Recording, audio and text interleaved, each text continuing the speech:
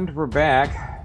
She's from Arya Samaj. If they keep this up for very much longer, people are gonna freak out. What kind of parties? Come together in their little hawk box. What do you think of Jen? Everything she does and says is that she's just too smart for everyone. How would we get done with your bullshit? The principles are on the edges. You're either a tolerant Greek or a moralizing Jew. He'll regret trolling me like that. This level of shitty fucking behavior. So that's why we're all here, and that's probably why I haven't listened to the news in 2 days. Global homo dictatorship, brother fly. So she didn't prove reincarnation. If it's faith, that's not proof. I need people's minds on certain problems where I might lack knowledge. Are you gonna stop? Because as far as I'm concerned, I can skewer you right now and you have zero recourse. This is all happening on my turf, bud. You owe me. You're I'm not. I'm saying that the hormones change. No, seriously. So that when you need to. The exoteric dictator cannot make mistakes. Ruling people is not about being better than them. It's about service. You don't get to You called me a weirdo. It's all so surreal. This is just awful. Alright, so you aired that part out, dude. Aspect. Yeah. Hey, and welcome back to Church of Entropy live streams. I was just having such a great behind-the-scenes conversation with my guest, Ethos Ananda, and I didn't even realize it was time to go live. So, if you don't mind, there's another friend who might want to come on who's totally into the same stuff. Is that cool if I send him the link? Sure. Hello? Are Yep, you there? Oh, sorry, my audio's not quite working. Can you hear me? Yes. Can you hear me? Wait. Hello? It looks like my audio's coming through. Are you still there? I'm here. Okay, sorry about that. Yeah, I just couldn't hear you for like a quick second. But anyway, back to the conversation, because you asked an actually awesome question. And I was wondering if you could repeat it, because you said last time it was meandering a little bit. We didn't get to any solid foundation. We didn't get any memes out of it. But this time we were thinking we wanted to aim for, at minimum, we wanted to get a meme out of this conversation.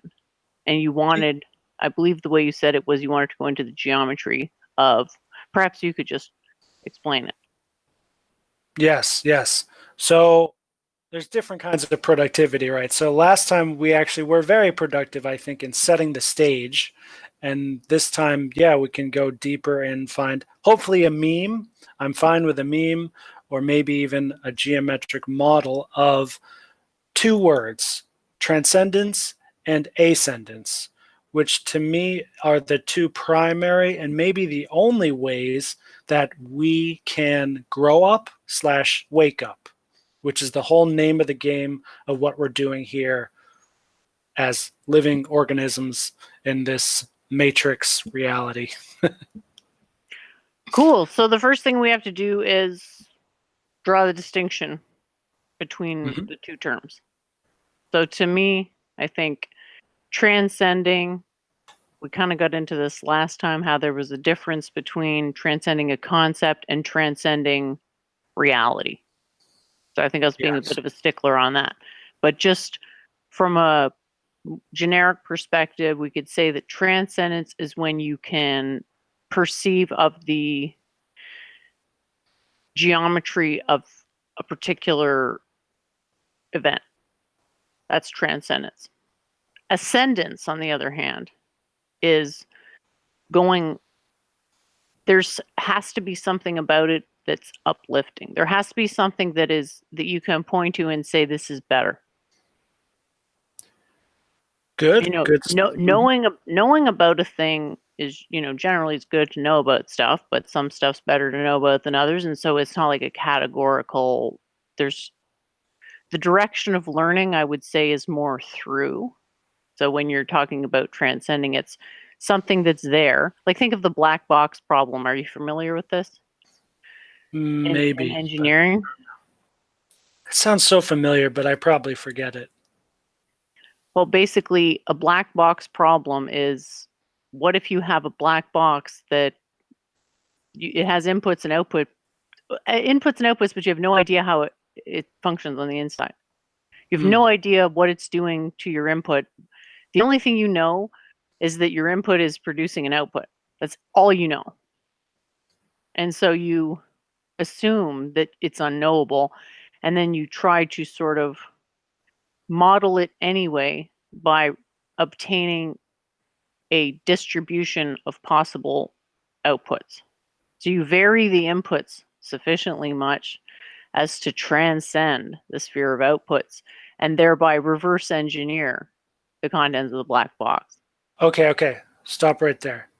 So in that sentence you used, to transcend the outputs, what does that mean?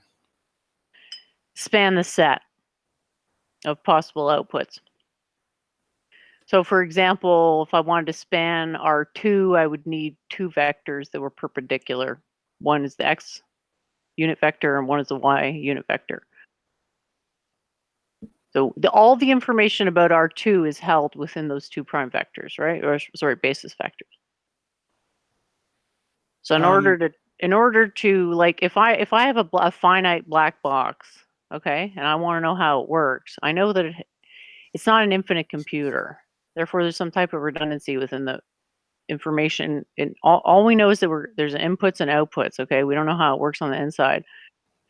The idea is that if you get enough inputs and enough outputs, you can tell how the black box is going to behave simply by statistical measure. Yeah, at least to some degree of confidence. Yeah, exactly. Like it's an art and a science when it comes down to interpreting results. But the idea is like there's going to be, if you want to span a set, you have to have the basis of independent vectors. So if I have R2, which is the plane, the Cartesian plane, it's maybe better to work in R3. So if we have reality, and I want to go from one. I don't know what R1, R2, R3 means. I just think of R2D2 from Star Wars. That's all. R1 is a straight line. Okay. R1 is a straight line that extends forever in both directions. It's one-dimensional.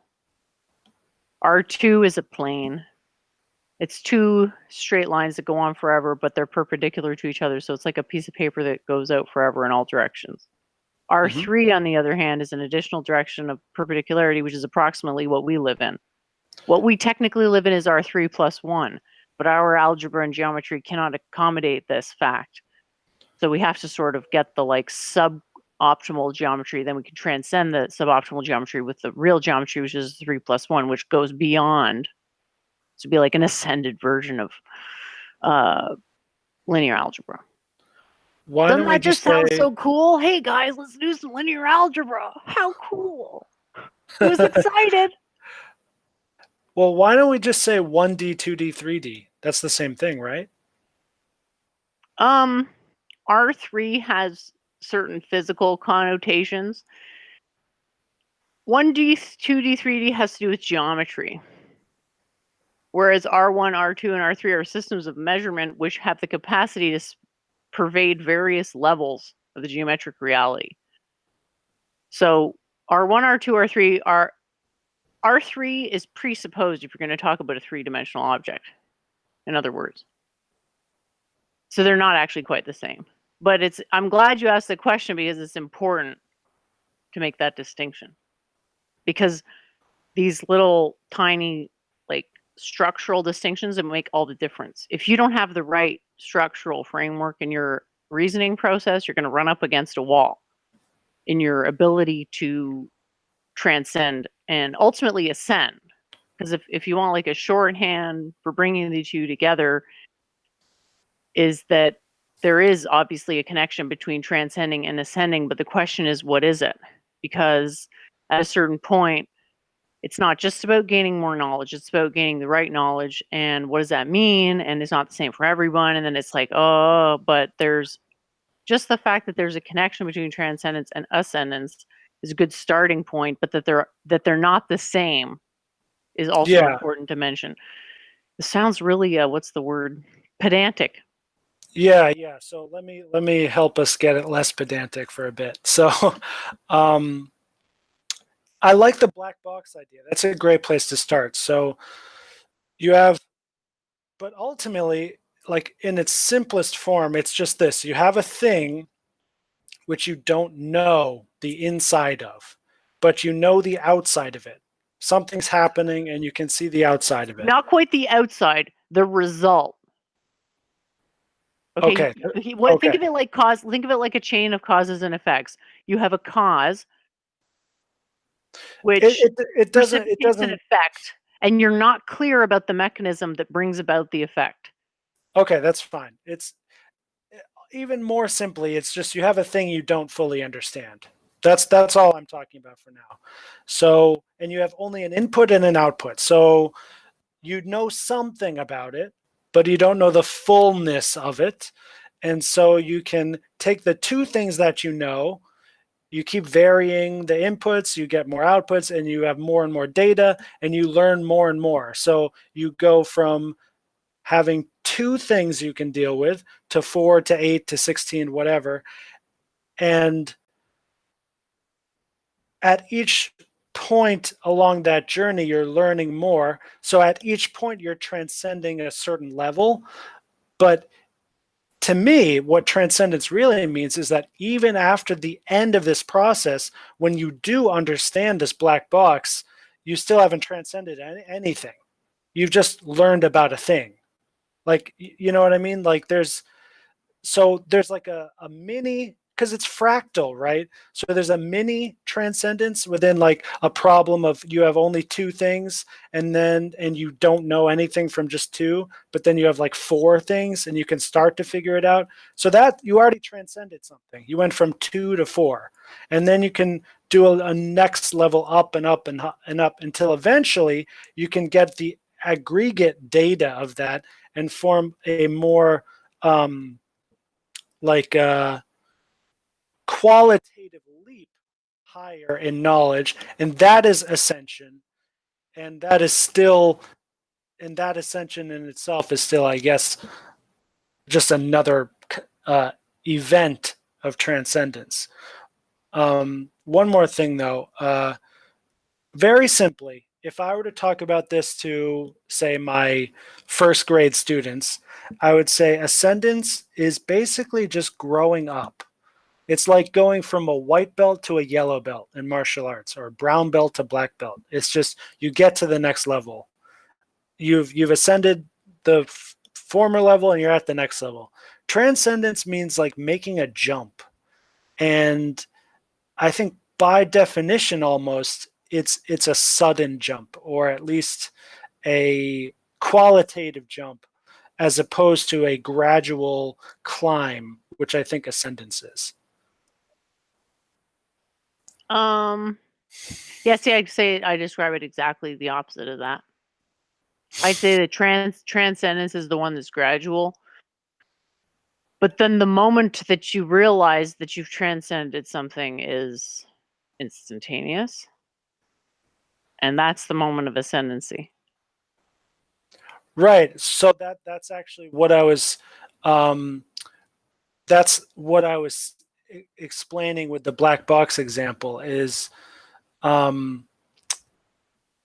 it's just that, like in a mundane example, like if you just have a black box or anything, like and you know X about it, and then you know X plus 5 about it, you transcended by 5, let's say 5 units or whatever. Oh yeah, like the linear approach, but reality is not linear. I know. I don't mean that in a linear way. I mean it in there's just you have something and then you have a little bit more. So you went from one level to a higher level because you have more data. So there you did transcend to get to that next level, but a lot of times maybe we just think of this as learning. It's just like a commonplace kind of thing. But normally when we talk about transcendence, for example, I could say in high school I transcended the religion and science duality, which is ultimately the same thing. You have two things, a duality, an input and an output, just like in the black box. It's not that, but you have two things, And then instead of being stuck bouncing in between these two things, you have a third item, or you've just transcended it, and you're no longer bouncing in the duality. And we call that transcendence because those two things, in this example, religion and science, are very, very big inputs. But ultimately, geometrically, it's no different than the black box example. Yeah, I've had this argument with a few people. It's like some people are actually taking the position that it's impossible for religion to be scientific. And it's like, well, I think you just didn't understand what the point was, right? Because the way I see it is, when it's done right, religion, science, and philosophy, they're all the same thing. It's like a perfected inquiry and lifestyle. And that's the, like, I mean, I don't want to say that's what people should be striving for, but that's what I strive for. And I would invite people to consider that that's a good thing to strive for. And it's sort of baffling to me when people take the position that science and religion are different things, because I guess maybe it's like a coded admission that their own religious beliefs don't pass the test of science, and that they're just sort of like justifying it.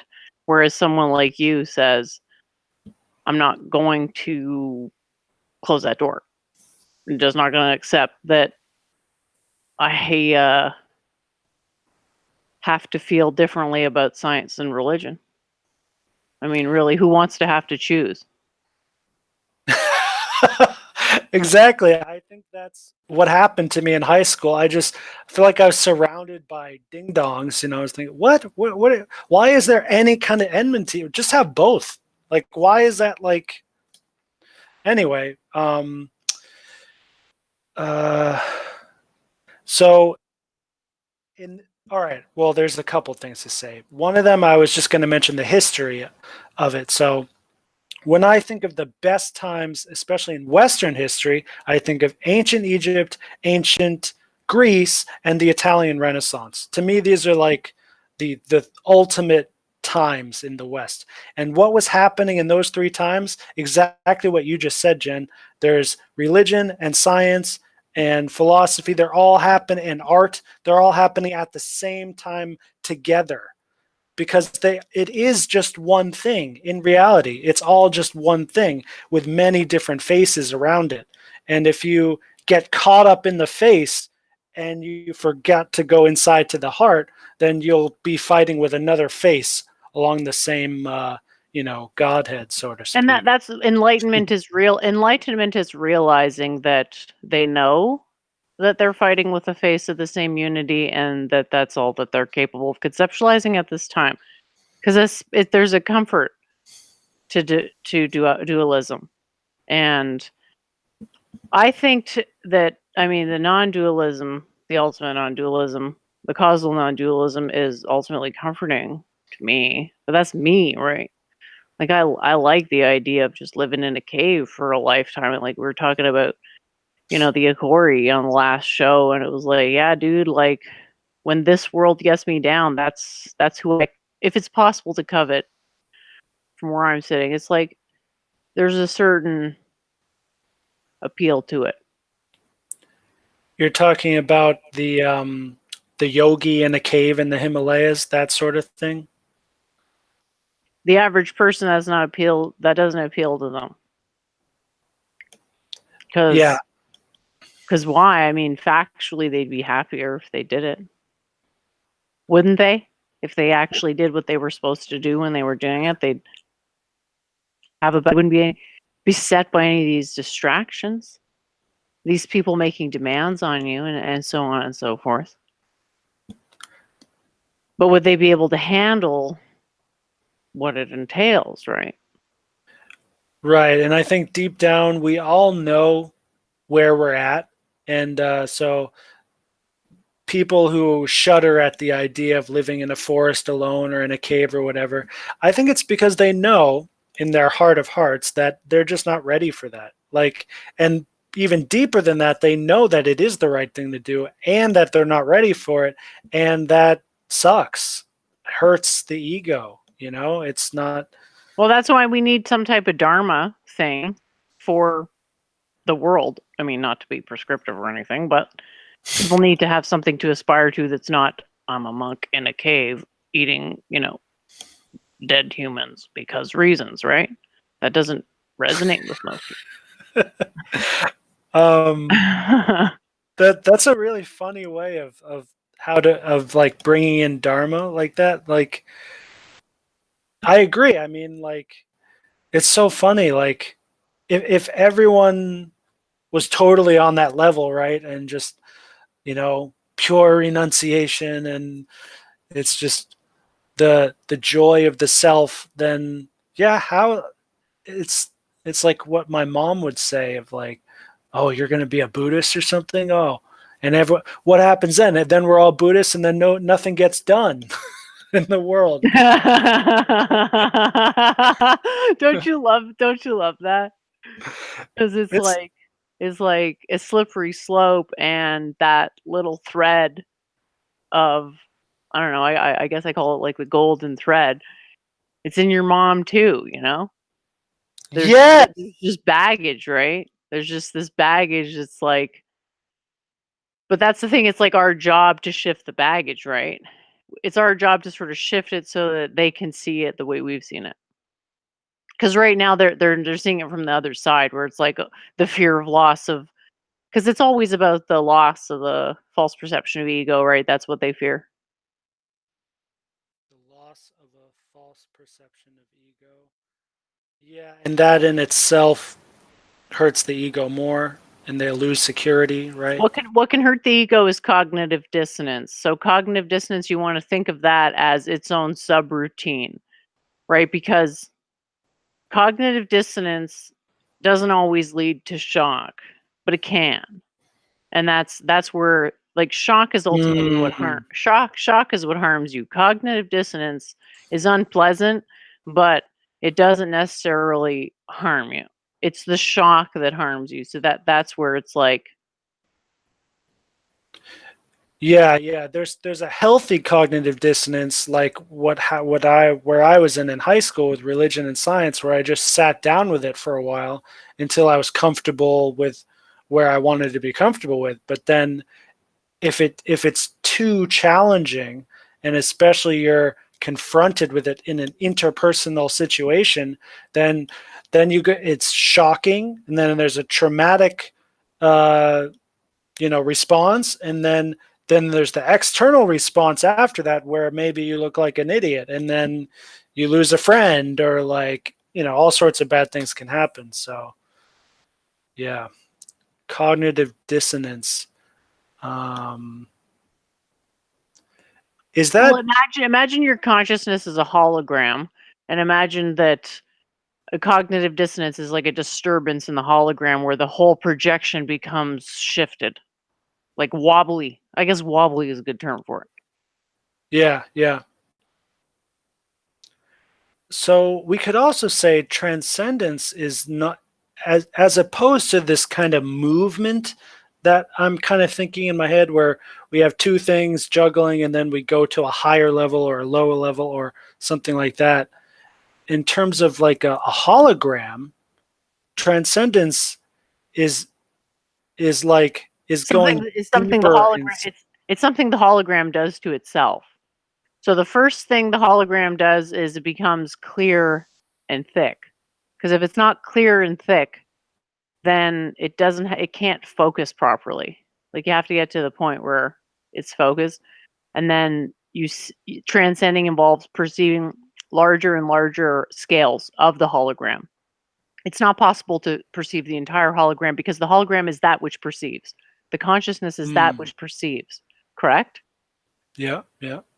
So that which perceives cannot be transcended, because that which perceives is that which is doing the transcending. So it's capable of transcending higher and higher realizations until it gets to the point where it realizes that there's a hard limit, which is that it can't, I suppose, manifest its own eigenstates would be the way to put it mathematically, but it can't transcend itself. Your own consciousness, there will always be this thing, but that fact is like actually kind of awesome, because when you realize that, somehow it makes you more psychically powerful. it's not often that realizing a negative actually is a good thing, but for some reason that one is like.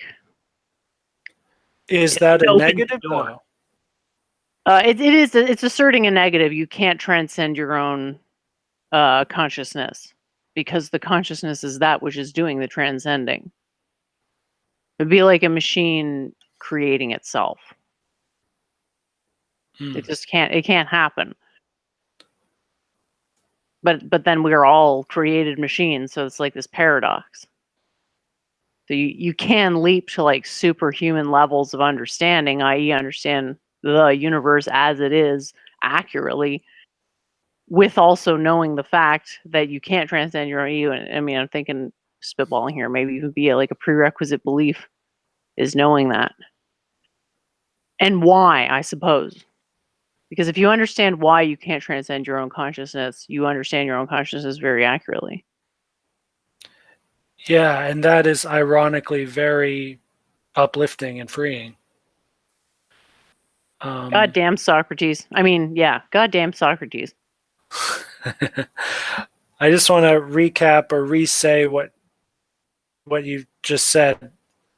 Well, the one part that stuck with me at least is, okay, seeing a larger scale of the hologram. That's kind of what I've been seeing in my head. It's like,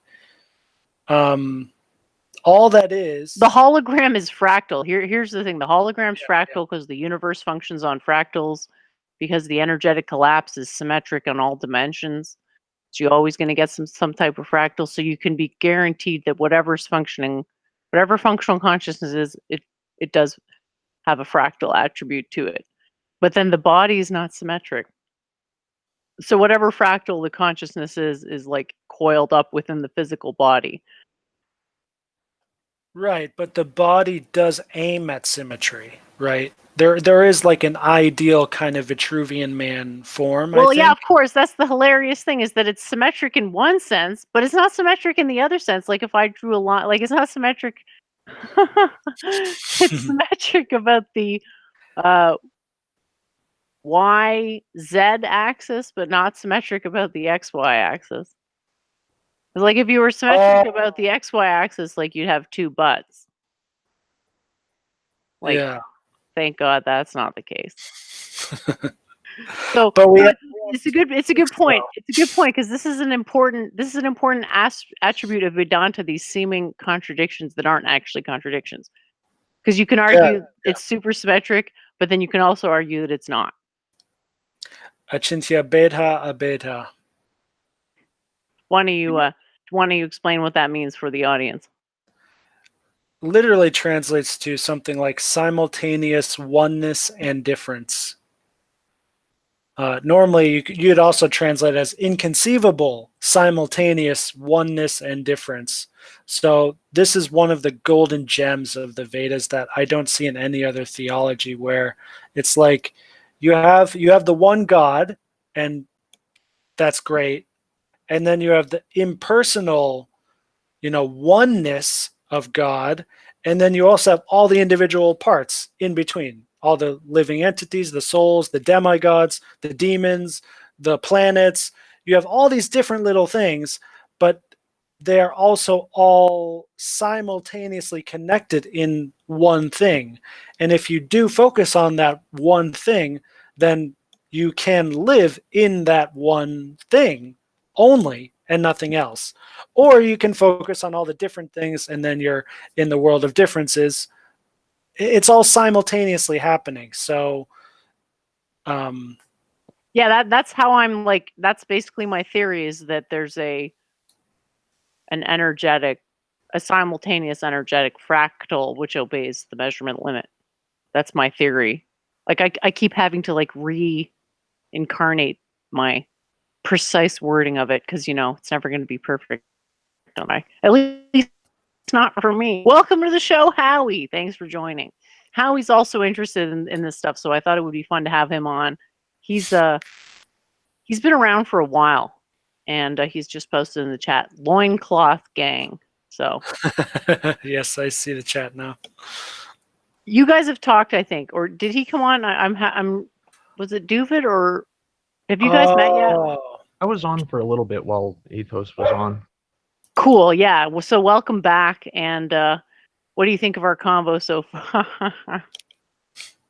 It's interesting. Hey, Howie. Good to see you and hear you. I'm looking at your icon here. That is cool. Yeah, it's What the is it? Sigillum de Amet, also known as the Seal of Truth, or the Seal of God's Truth. It's used in Enochian magic. Oh, Enoch. He's cool.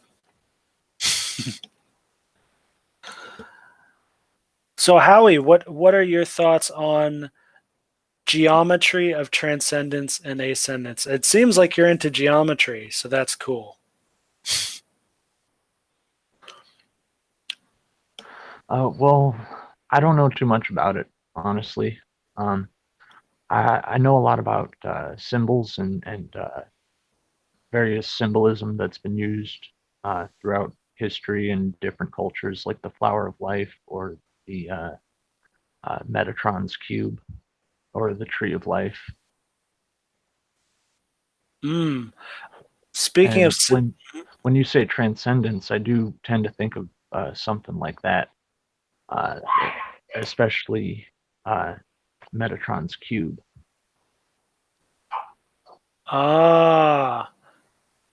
Metatron's cube has the 5 platonic solids in it, right? But yet at the same time, it's something. The whole is greater than the sum of the parts, but the parts each have their own like universe, kind of.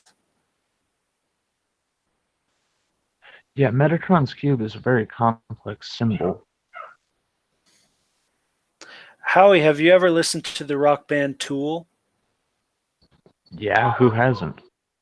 Well, this symbol, this icon, I forget the name already, but it was Latin, I think, maybe. Anyway, this is the only time besides the Tool artwork where I've seen a 7-pointed star, and that's cool. It's actually Latin and Hebrew. Ah. Yeah, Amet is Hebrew for truth. And then what was the other word? Sigillum, de. Sigillum. Yeah, de is Latin and basically means of. And sigillum means? Sigil or seal. Symbol. A symbol representing a spirit or a concept. I see. So, Howie, what do you think about what we have so far? I think, which is like that there is. Yeah, so I want to keep recapping or reincarnating, as Jen said.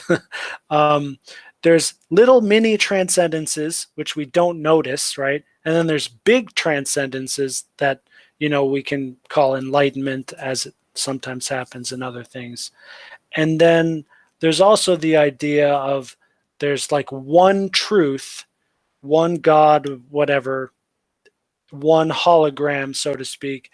And you could see transcendence as simply getting a more a larger scaled perception on that oneness,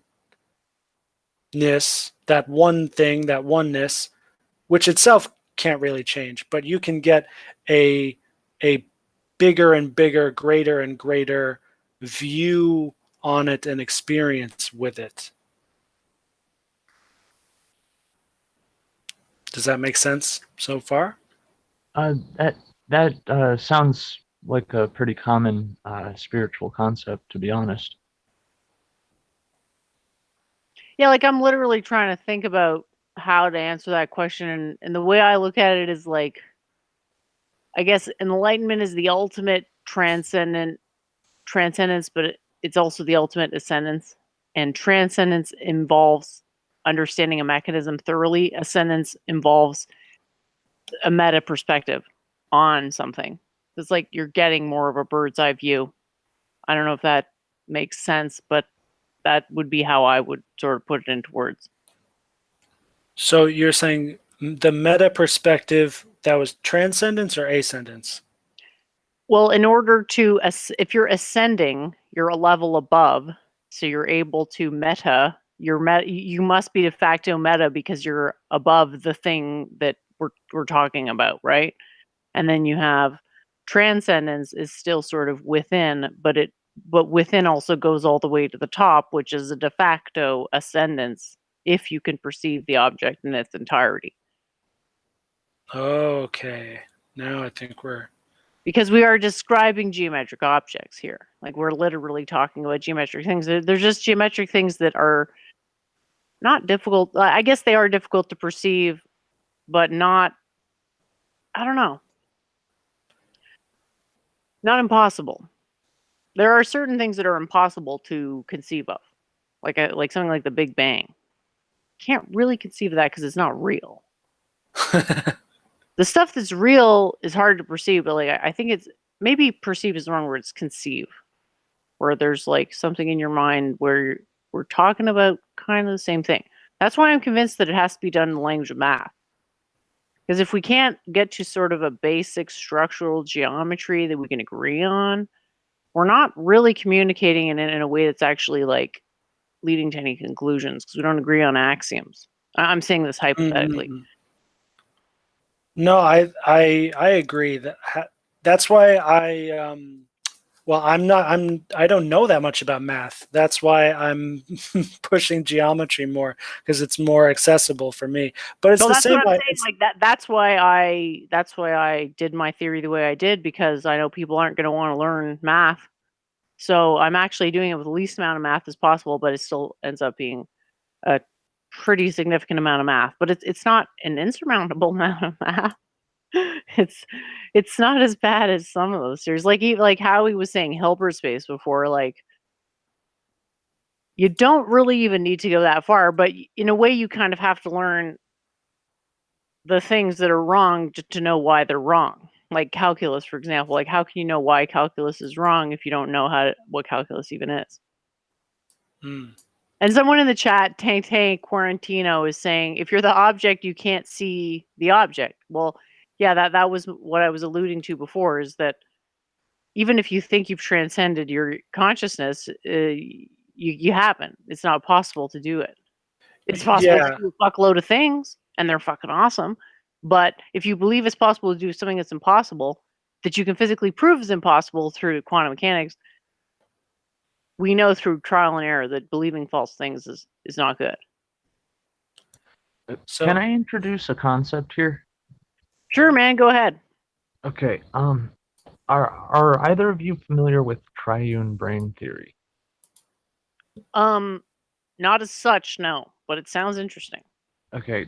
Triune brain theory basically says that as humans evolved, it is an evolutionary theory, but it does make a lot of sense when you look at the structures being referred to. It says that as humans evolved, we actually developed 3 different brains that work in tandem. There's the reptilian brain, which governs our baser instincts, our lower emotions like anger and fear and lust. Then there's the mammalian cortex or the limbic system, which governs our sense of self, our slightly higher emotions like love or attachment, familial attachment. And there's the neo-mammalian cortex, which is the frontal lobes, which gives us a great processing power and communication abilities. And I actually have a theory about this in relation to the Holy Trinity that is seemingly common in many religions, but best exemplified in Christianity. Yeah, but they don't even know what the fuck they're talking about when they say that. This is the Trinity comes from the Trimurti, which is the tri-faceted God. Well, yeah. Do you think but, so? I mean, to me, that seems like what it is because Christianity is based on paganism, or what Oh yeah. what is the modern incarnation of Christianity is based on paganism in various ways. Oh, even the Bible maintains a lot of pagan beliefs. That's a bit of a stretch. That's not the same.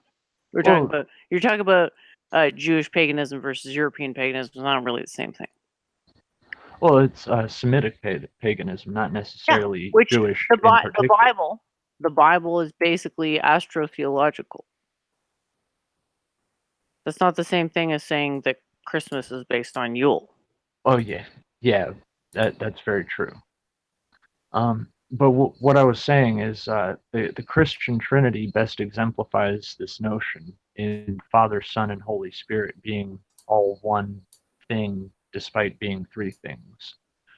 And I actually relate these three aspects of God to the triune brain. And I also relate it to the id, ego, and superego. You want a fucking grand unifying fucking clap to go with that? What? Hey? You want a grand unifying cock slap to go with that, Howie? Question mark. The answer is yes. And where's the cock slapping? I'm gonna give you a fucking rhetorical tool that will allow you to bolster your position, is what I was trying to say. I apologize for my horribly impolite tone. Dude, e to the x, dude. What is e to the x? What is base e approximately equal to? Howie. Wait, base what? What is base e approximately equal to?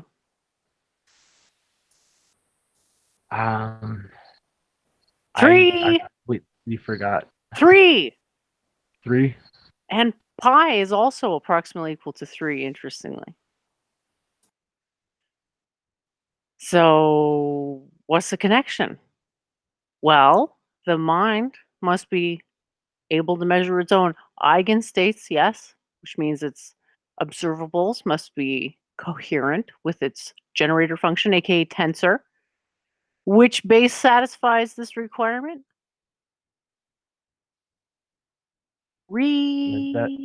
Yeah, 3. E. Anyway, Howie, E is like 2.7 something. Are you familiar with the existence of this base that's equal to its own derivative? It's been a while. It's been a while. Well, it's time to get refamiliarized. I can't believe it. There's like fucking 5 people watching and 3 of them are trolls. And this is just, you guys get to hear stuff that like these convos are fucking awesome and you're just shitting up the chat with nonsense. Think about that for a second and how crappy your karma must be. Just don't do anything ultra bad that's going to put the channel in trouble because we enjoy these streams and we're nice people. These are good trolls. Like the guy says Gey. That's the correct spelling, Like that's smart. I like this. I thought it was Ghey. Oh, that might be now you're being like a purist. You're being like an internet purist. Oh, I actually had a realization yesterday. Tell us. Okay, so there, with that playlist that I sent you earlier, Jen, about the different ancestors of humans,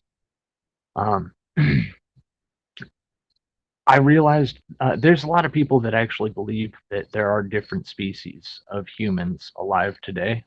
Oh, here we go again. But see, I realized that even if there are different species of humans, we're all still homos. Yeah, think about that for a second, chat. Think about that before you get off on a rant here. So I've been meditating a lot on the geometry. I think I got it all figured out what I came here in the first place. And much like any other good fractal geometry, it's already been figured out. I just had to like remember it in the right way. But you just had to like, the thing about transcendence is like it's an ongoing process. It's like you're in a cave that's really complicated with a bunch of moss, and you're shining a flashlight from various corners of the cave trying to get some idea of what the outline of the cave is. But the trick is that the cave is itself stuck in this 3+1 dimensional geometry that manifests these things like snowflakes, like crystals, like gold. And it's like that's something connected. It's not like x and x plus 5. There isn't 5 between x and x plus 5 is the point. Yeah. Not it's definitely like not. It's pothead or anything, but definitely not linear. It's like I'm transcending. We are transcending all the time, moment to moment basis. But what we're aiming for is like a level of ascension that gets. No, that's not what we're doing. What we're doing day to day is computing. Okay, that's not the same as transcending. We got to draw a distinction. Whoa. If that's what I was trying to say earlier with the black box, if you just play around the input, you're just computing. Why is that transcending? That's the thing. It's not. Computing and transcending are different things. So computing is the default position. Anybody's computing. A baby is computing. Even a cell is computing. Cell division is a type of computation. It's a computation of how far do I have to stretch the electromagnetic field before it snaps into two identical entities, right? That's forced spontaneously by the sun. Computing is just like, what's going on? It's if you're alive, you're computing. That's why I say the mind is a quantum computer. Now, transcending has to do with an understanding, an impression about the geometry of a particular causal circuit. So how about like this in your analogy? Transcendence compared to computing, transcendence is like a program. It's not a program. Transcendence is knowing what the program is. The program is there. Programs are within and without. We can't distinguish between the inner and the outer programs. That's the challenge of all this stuff. Transcendence is being able to write your own program. That's what I understand it fully. Yeah, that's what I meant. That's impossible. Within the context of human consciousness, is not possible. That's an undefined operation. That'd be like, I can make my own life. It's like, no, you can't. You're bound by the laws of what can actually arise as life in the first place. There's only carbon-based life, We're going to disagree on everything else. And JF disagrees with me about DNA versus RNA, but there's certain things we really can't disagree on, and there's only carbon-based life. Okay, so Jen, we need a really more mundane example so we don't get lost in the esoteric stuff. But dude, the esoteric stuff is the best part.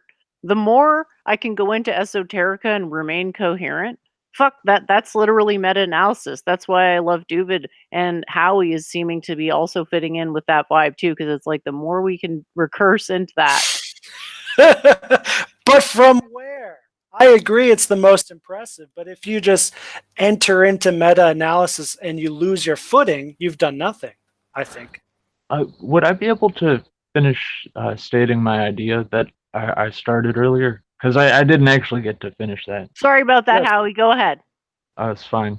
So with the triune brain, you have reptilian, mammalian, neo-mammalian.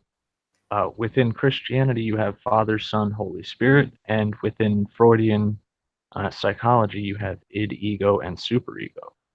Now, in Freudian psychology, the id is basically your instincts, so that would correspond with your reptilian brain.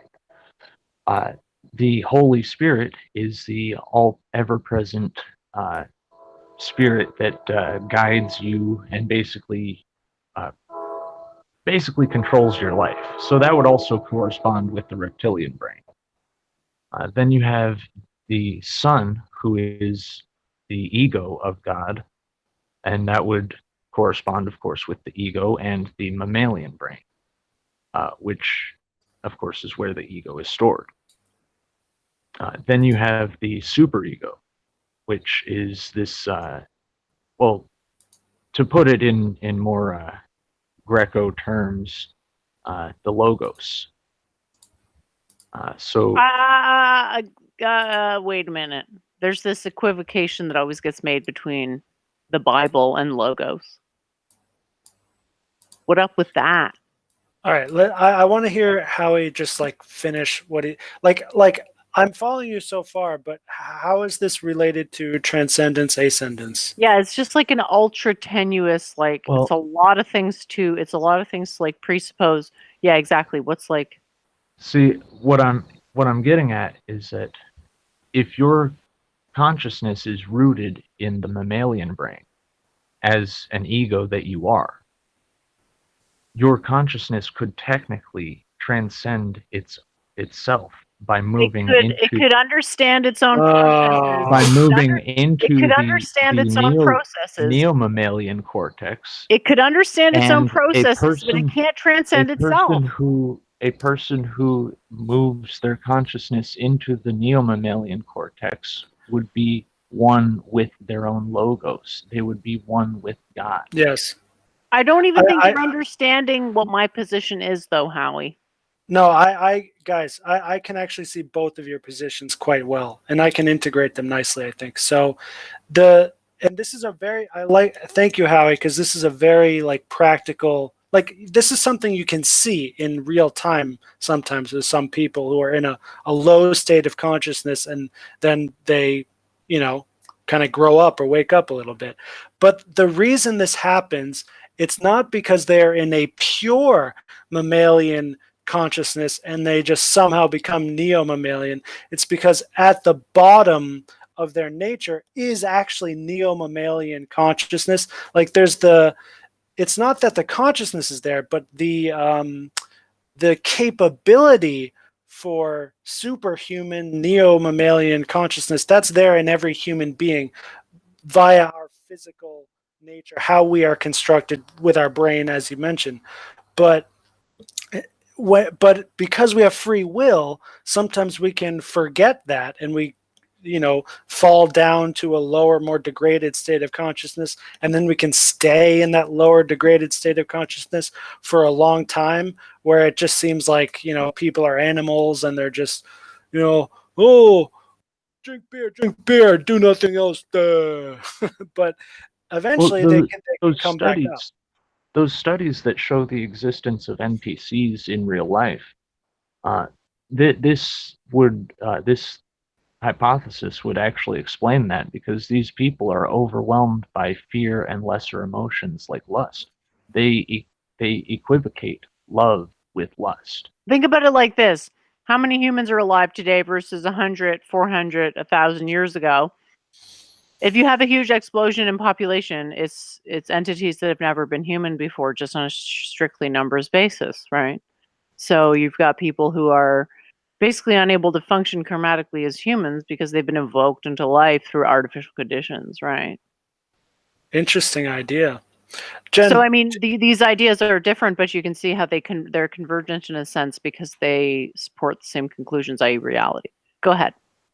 So Jen, my comment was more directed towards you. Like I'm saying this is how it seems like consciousness can transcend itself, like an NPC can transcend to become a sage, but actually at no point did you actually transcend your own consciousness. You were just removing some fog out of your vision and cleaning up your shit.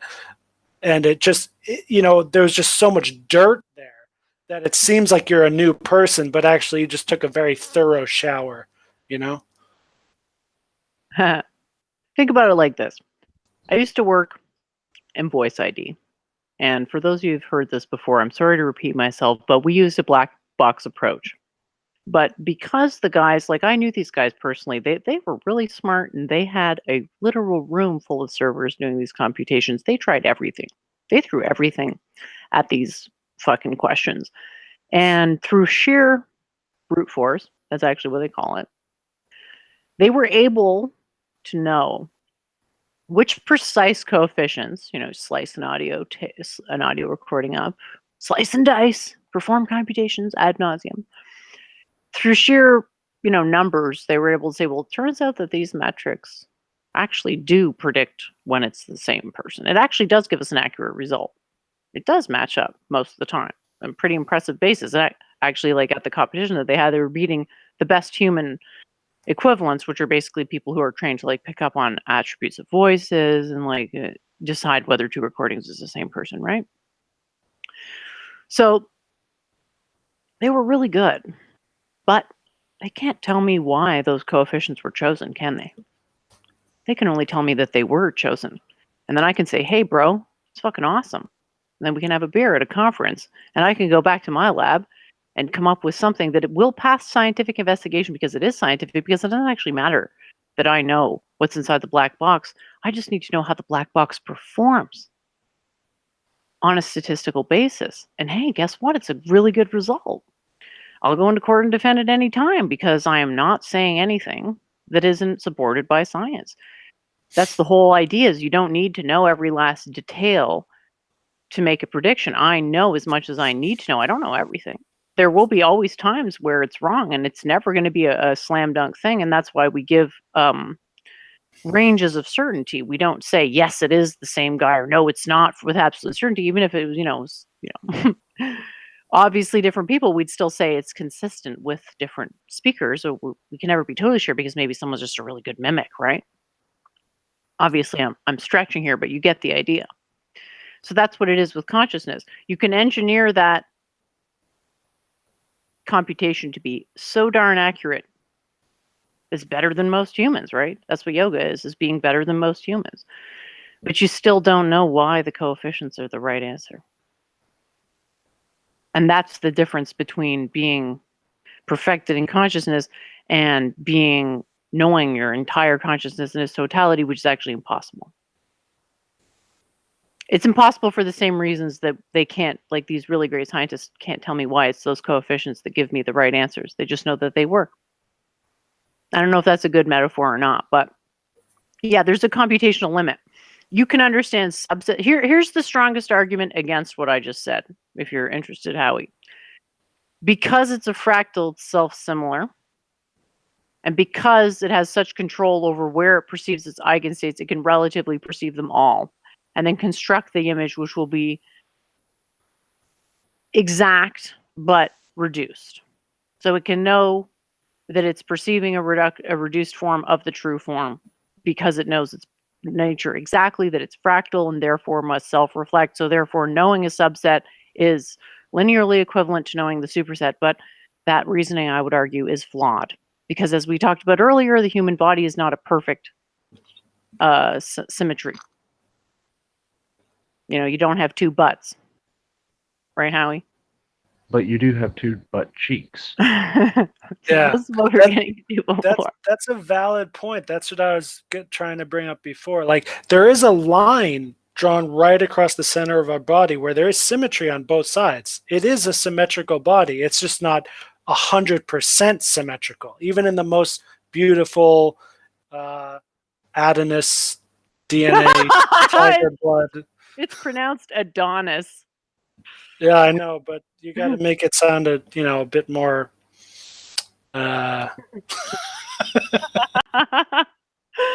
Somebody just put I always in the chat. thought was weird. Yeah, go ahead. Okay, we have two of everything except for holes. Which we have two eye holes, two ear holes. We have. We only have one stomach. All humans have at least 3 holes that are right down the center. Sorry, we only have one stomach, Howie. You're right. Yeah, those major organs we only have one of. We have one liver, one stomach. Cows have 4. Hello. What about the appendix? Are you calling that cuck of an organ a second stomach? How dare you, sir? Allegedly, What has the it was appendix done for me in the last 500,000 years? blown. So, guys, can I share my geometrical theory here? It's based on the flower of life. So I hope Howie will get into this for sure. Why isn't this? I can't show up. I'll just do entire screen. That's easier.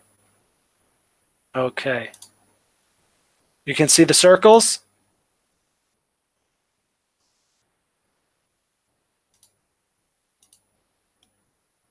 Yep, you're on screen. Okay. So these two circles. All right, let's go slowly. This purple dot is yourself, your consciousness, your soul. And now we're in the void. Oh, it's so scary. It's so scary. Okay, I'll go inside here. This is religion, this blue circle. And wow, I'm so comfortable. Look, I can do, it's totally self sufficient and I can do everything I need to. But then another purple circle says, hey, you're a fanatic. There's so much about the world you don't know. Oh, okay, I better leave this one. Back to the void. It's scary. Okay, let's go over here. It's science. Whoa, I'm so sure in all the knowledge I have, and I can do anything here. Oh, but it's so different from that circle. What do I do? And so I think what's happening is those circles are overlapping, and then, oh, look, I'm in the middle. And now I can see what's good in both, and I can sometimes stay here where I have both at the same time, or maybe I'll go back to more just religion, or maybe I'll go here more towards science. I think I've got some ideas. I think I've got some ideas for your diagram to make it really what's the word? Salient. Okay. You make the same thing. Okay. You superimpose two, and you say that what you're displaying right now, that's the false dichotomy, is that there's a distinction, right? And then you say that that's the false dichotomy, and then in the bottom you say the reality is that it's a Venn diagram where there's an overlap between the two circles, but I suggest you color the circles differently so that people know that, like the two blue, maybe make one a different color to show that science and religion are, different, at least in name. And then you make it overlap and you make a list of qualities, right? Like, what are the overlapping qualities between religion and science, right? Like, for example, precision would be an example, but then there's certain attributes that are actually different between science and religion. So you could make like a qualities thing, and then you could put a happy face next to it where it's like, yay, I don't have to pick, I don't have to choose anymore. I can just be both. Right. And so here, can you see this, the eye of wisdom? Yeah, we can see it all. I'm just having a bit of a trouble I'm trying to like display the comments as well, because I kind of don't like that they keep getting deleted. So I'm just going to permanently share your screen. Yeah, there you go. Yeah, now you're permanently shared. So the comments will just overlap, and hopefully, I don't know if you could see that here. What I'll do is just move you over. How's that? There we go. And then we can have the comments as well. Also, I wanted to remark on your mention of the void. Mm-hmm. Now, what is your understanding of the void? It's nothing. Now, what do you mean by nothing? Because I mean, if there's a person living outside of religion or science, that person's still living. They're still existing. But what do you mean by nothing? So that's that's definitely one. Remember, I just made this up a second ago. So by void, I don't actually mean a metaphysical void like before the Big Bang. I don't mean that. I mean just the world. Like that, which also includes other circles like art. It sounds like country. The void. It sounds like the void is like the absence of collectivism. It's the absence of a defined program, let's say, or circuit. It's just the world where you can be totally free doing whatever you want to do, but in that freedom, it's most difficult.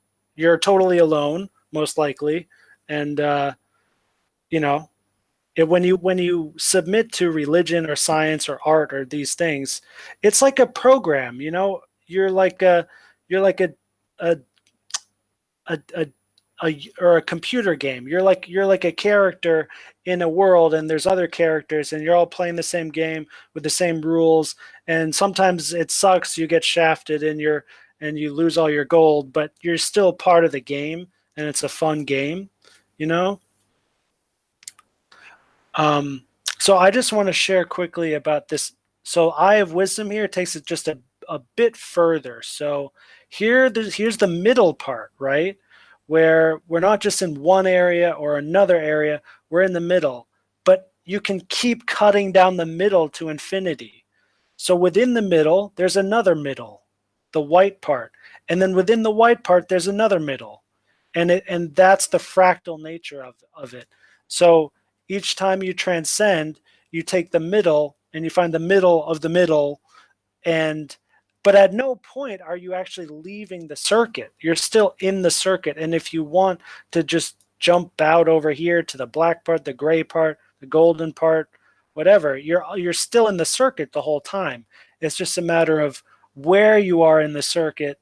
I don't know if circuit's the right word, but and so when you're in the center, when you're in the dead center, that's when you can see most of the whole picture, right? So this is actually a concept that is very easily described in mathematics. I don't know if you were aware of that. Well, that's why I wanted to share this with you and Jen too, because I'm a total noob in mathematics. But if you have some math, if you would like to get better at mathematics, I do have some resources. Well, sure. The thing is, I don't want you to follow mathematics that I've already disproven, right? Because you're basically, I don't know. Well, if he understands the mathematics that you've disproven, then he'll understand why you've disproven them. I guess I want him to have the caveat that just because we want you to learn something doesn't mean we think it's true. Yeah. No offense. Yeah. You use logic to discern everything. Mm-hmm. Yeah, that's how discernment works. So Jen, do you have a way of mathematically showing what I've shown geometrically? I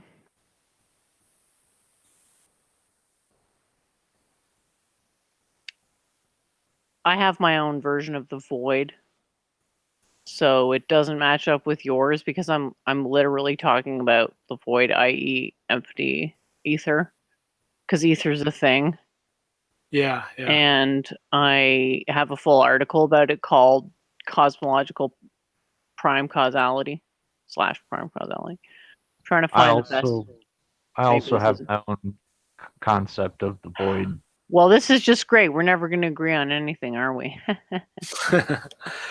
Well, I have an intuition. I actually do like it because the diagrams have to include fractal. So just the mere fact that you're working and you're striving towards a fractal understanding is really awesome. Now, in terms of whether this is accurate, it doesn't seem wrong. It's just that evil is... The problem with evil is defined differently by different people. Not to be pedantic, but it's like isn't there more than I guess my question is, isn't there more than one way to be evil, and shouldn't there be different words basically for it? You can do good things for an evil purpose, and you can do evil things for a good purpose. Well, like when I think of something like the word suffering, that's general enough. But when I think of the word evil, I don't like to use it because it appears to refer to completely different things in a way that it almost needs you need like 10 flavors of evil to have evil make sense. But that makes sense for practical purposes. But as far as the fractal nature of what we're talking about, I think there should only be one evil, just like there should only be one divinity, right? Well, then you need to take a position that is a moral position, and moral positions are substantially harder to defend than just purely mathematical axiomatic positions. So yeah, for people who are interested, I've got an article. This is what I was looking for before, talking about the void. So if you're interested in how I treat the void, there's a difference between the void and nothingness, and it's very important to understand that, to understand how the cosmology works. So check it out if you're interested. I'll put a link in the chat.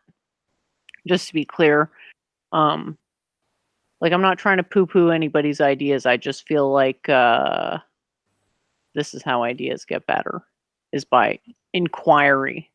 And when you're talking about something evil, you're implying morality. And I find that it's so, for me at least, it's contentious to invoke morality, so I don't like to do it. But if you want to, you basically have to have, you know what I mean? You have to have a pretty good reason to invoke a moral stance. Right. But contentious, do you mean like it'll make people uncomfortable, or it's not a valid, like, intellectual idea? It contentious in the sense that it creates conflict. People are always looking for a reason to disagree, and if you give them, like, basically making moral statements gives people an additional way in which they can disagree with you. And I'm looking to agree with people. I'm not saying you shouldn't take a moral position. What I'm saying is that there's that difficulty involved in taking a moral position where you're you need people to embrace your axioms. You need your axioms to be, like, irreproachable, and it's almost at the point where it's like, is there even such a thing as irreproachable moral axioms? Well, I think morality is one of the most easily debatable points. Well, I think Howie, do you agree? Howie, do you agree that if you use a word like evil, you're implicitly using moral reasoning? Yeah.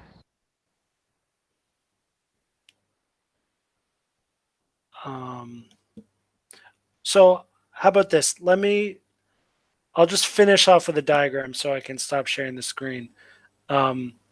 Just an intuition I have, which I haven't thought about at all, but the void that you're talking about, it could be the boundary. Like, every single boundary line, which would be, like, asymptotically tiny to infinity, that could be the void. Could be. I don't know.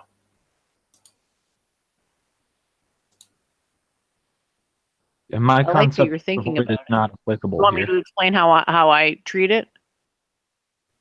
Because it's an important concept. Sure. For sure. Are you still there? Sorry, you just cut out for a second. I'm here. Yeah, so just to go into it for a minute. Whoops. Basically, void is nothingness. Right. So the mistake I made earlier was calling void nothing, but it's actually nothingness. That's the difference. Well, there's a difference between empty space and nothingness. Yeah, exactly. So that's basically the, like,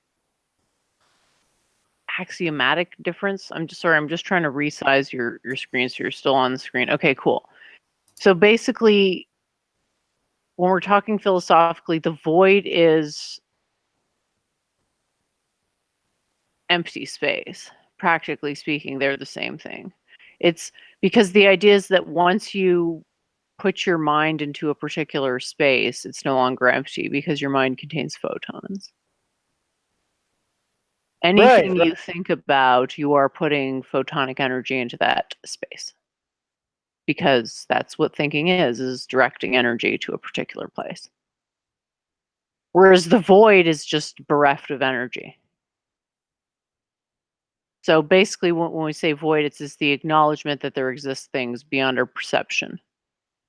And that they are without that, like, if you're thinking about it, it's not the Now void. that actually sounds a little bit more like my concept of the void. Sorry, Howie, you cut out for a second. What did you say? Now that actually sounds like my concept of the void. What you just described. Sorry, my microphone is just totally messed up. Just can you just try saying one word? We agree. I can God hear damn. him fine. I know it's my microphone. Okay, no, you're fine now. Okay, go ahead. Okay. See, my concept of the void comes from Hermeticism and Kabbalah. So, like I was talking to Duvid about Das, which is basically the Kabbalistic void.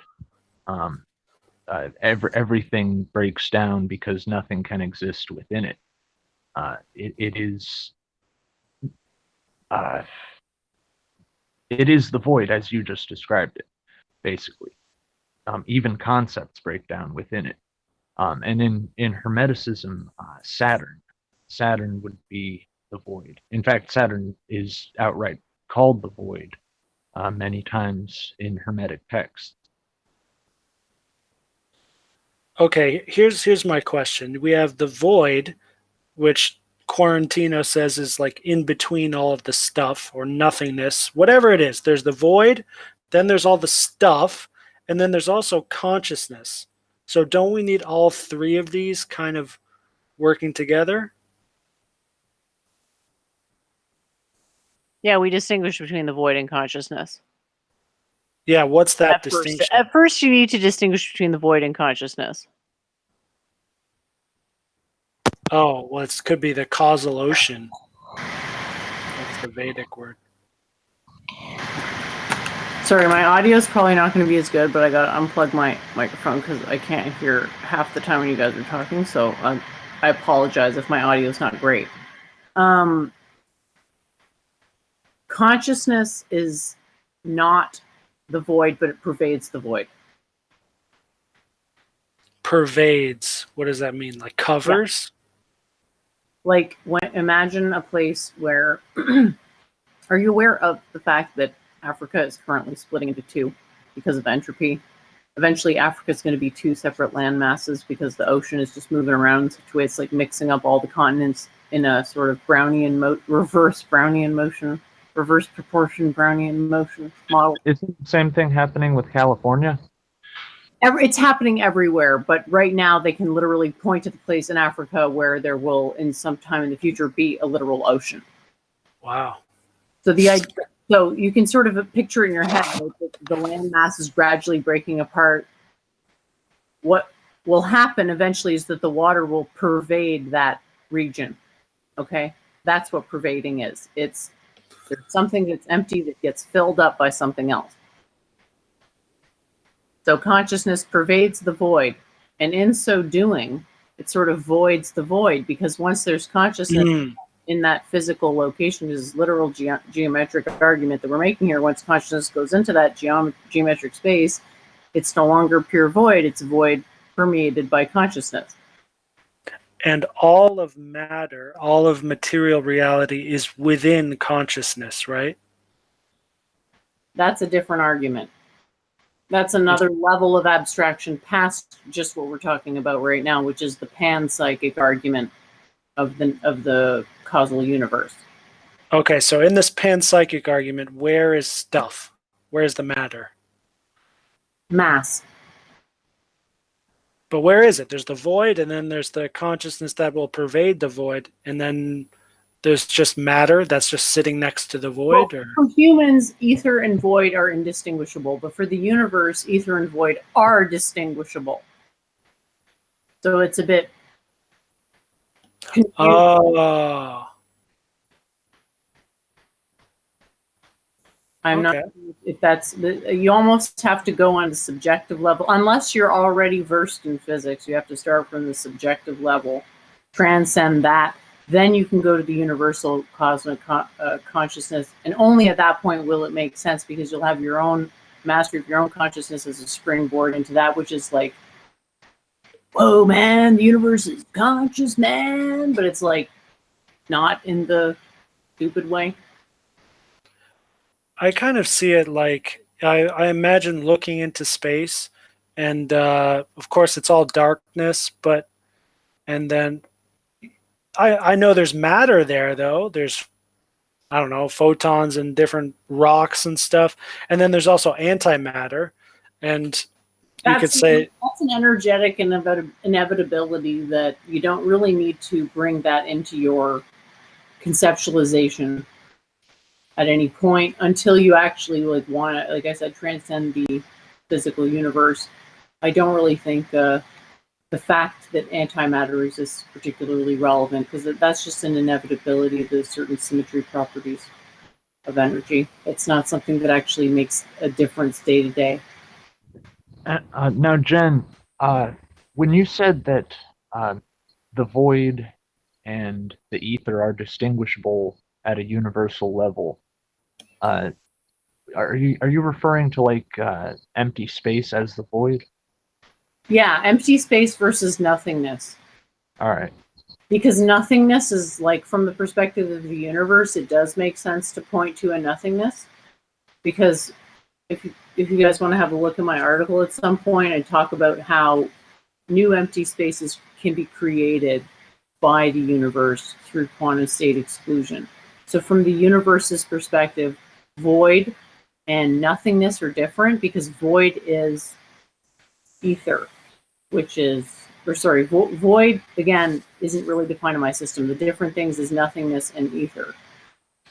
And for the universe, void would be just nothingness. But for us, void is nothingness and ether, because we can't distinguish. Not to be, I'm sorry, I've gone off into like the weeds on a completely, probably overly pedantic semantics here, but who knows?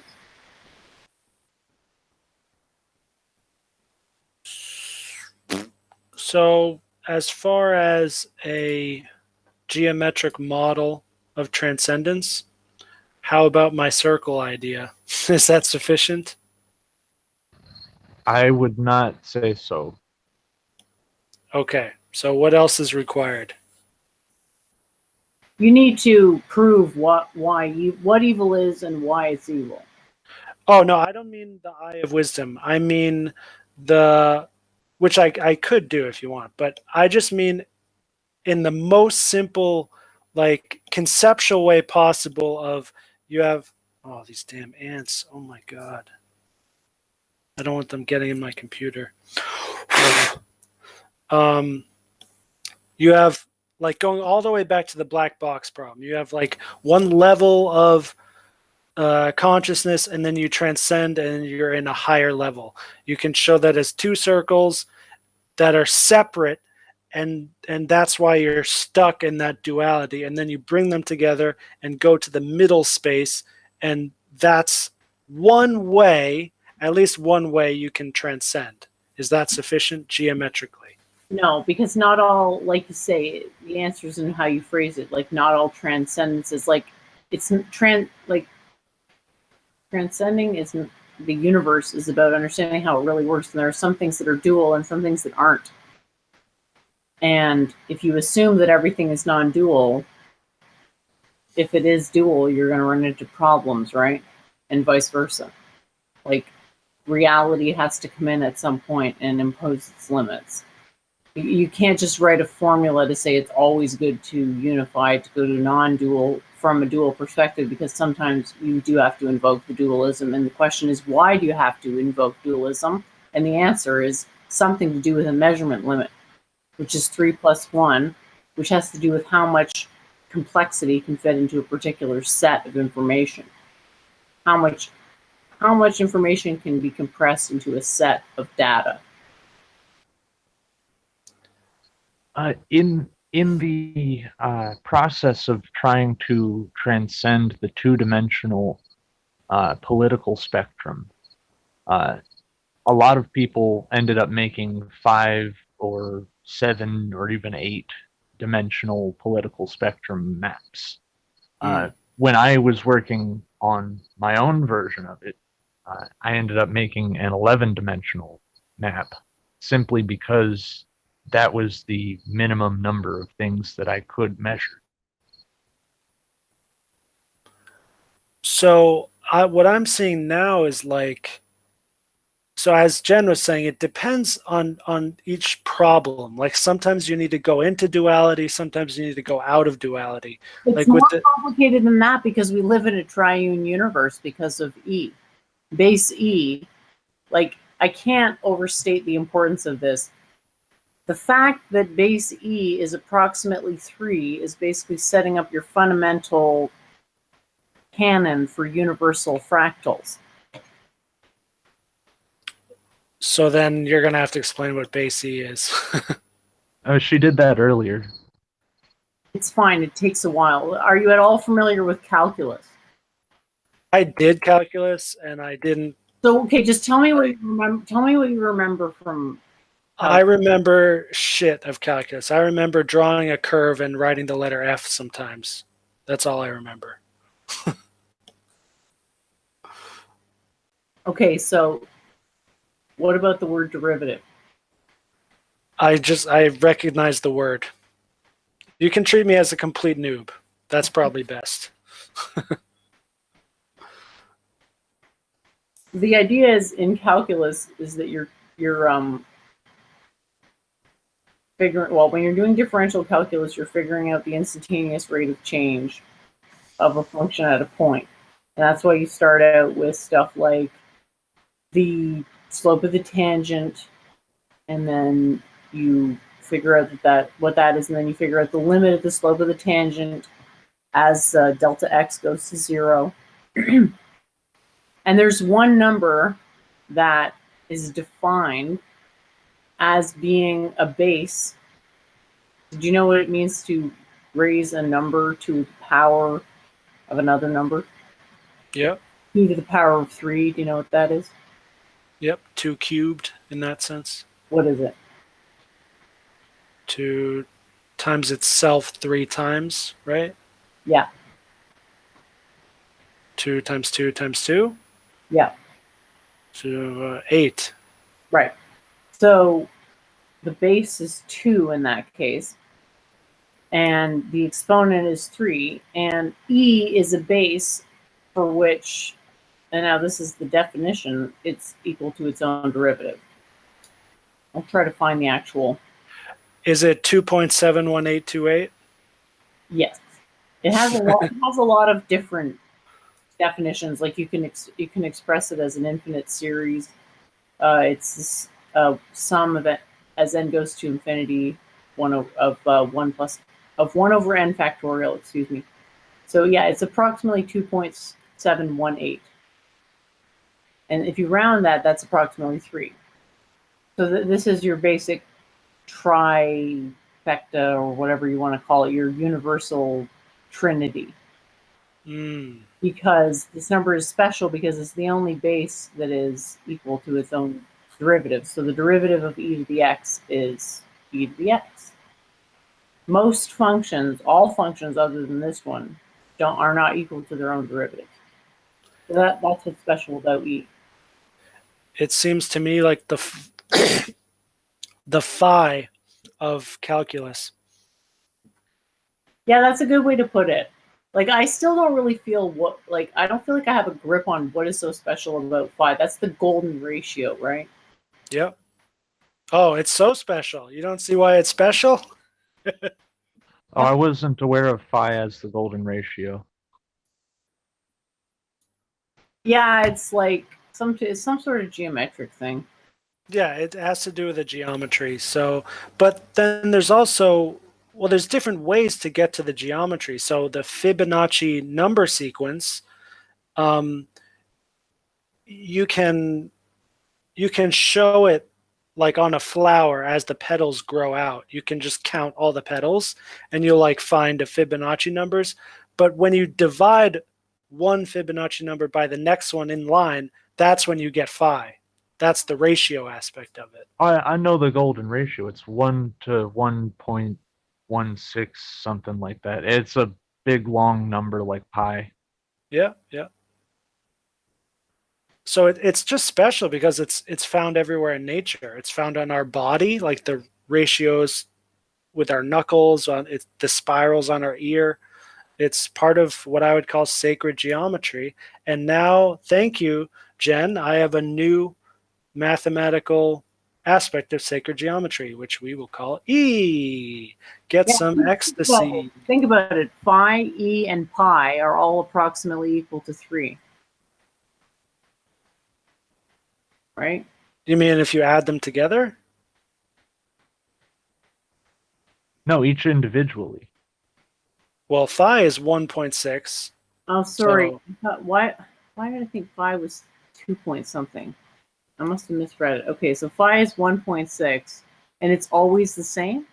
This is one I have a hard time understanding. I just don't.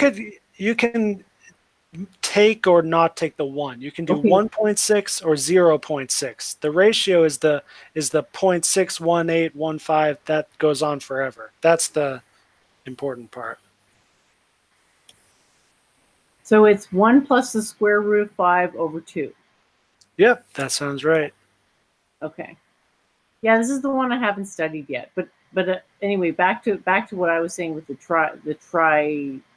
trinary thing is like super important to have 3. And yeah, I've got a list of rational numbers here, and they're showing up on the list. So. Oh, I just found it.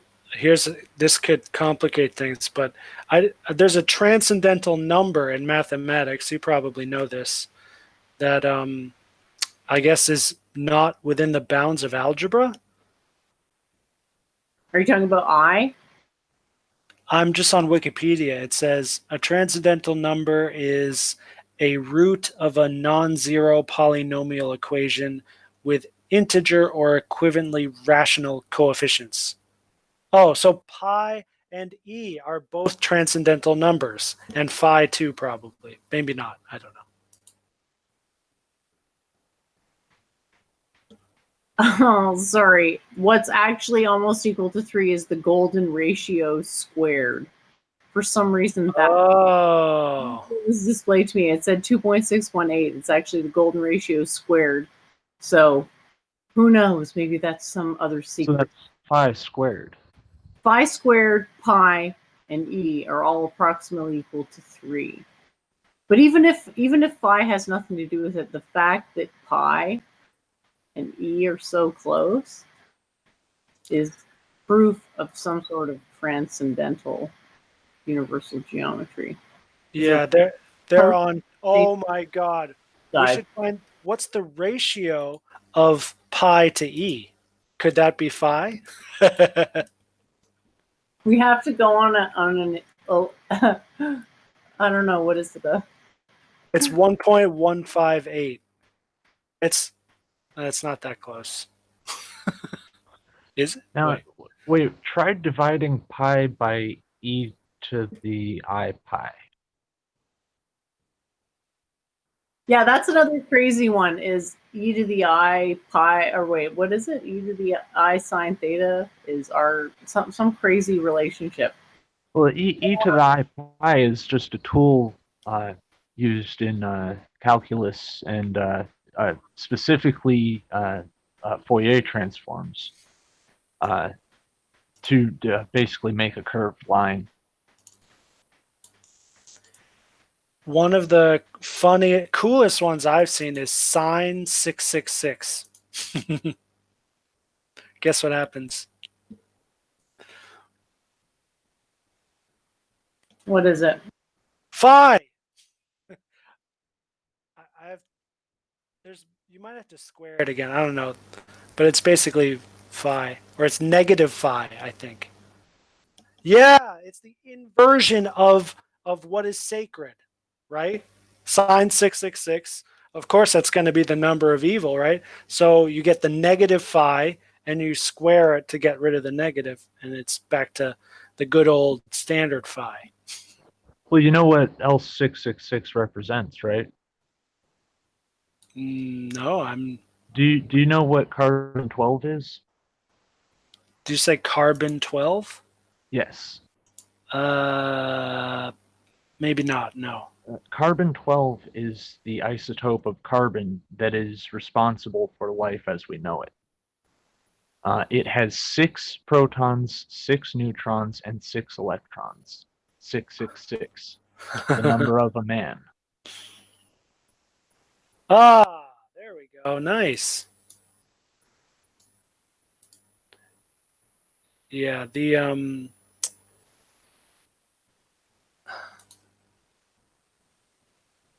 Also, I just want to make this point here. This is kind of just showing off, but the original Hebrew revelation said 616, which in gematria corresponds to the Emperor Nero, who was crucifying Christians at the time of the writing of the Book of Revelation.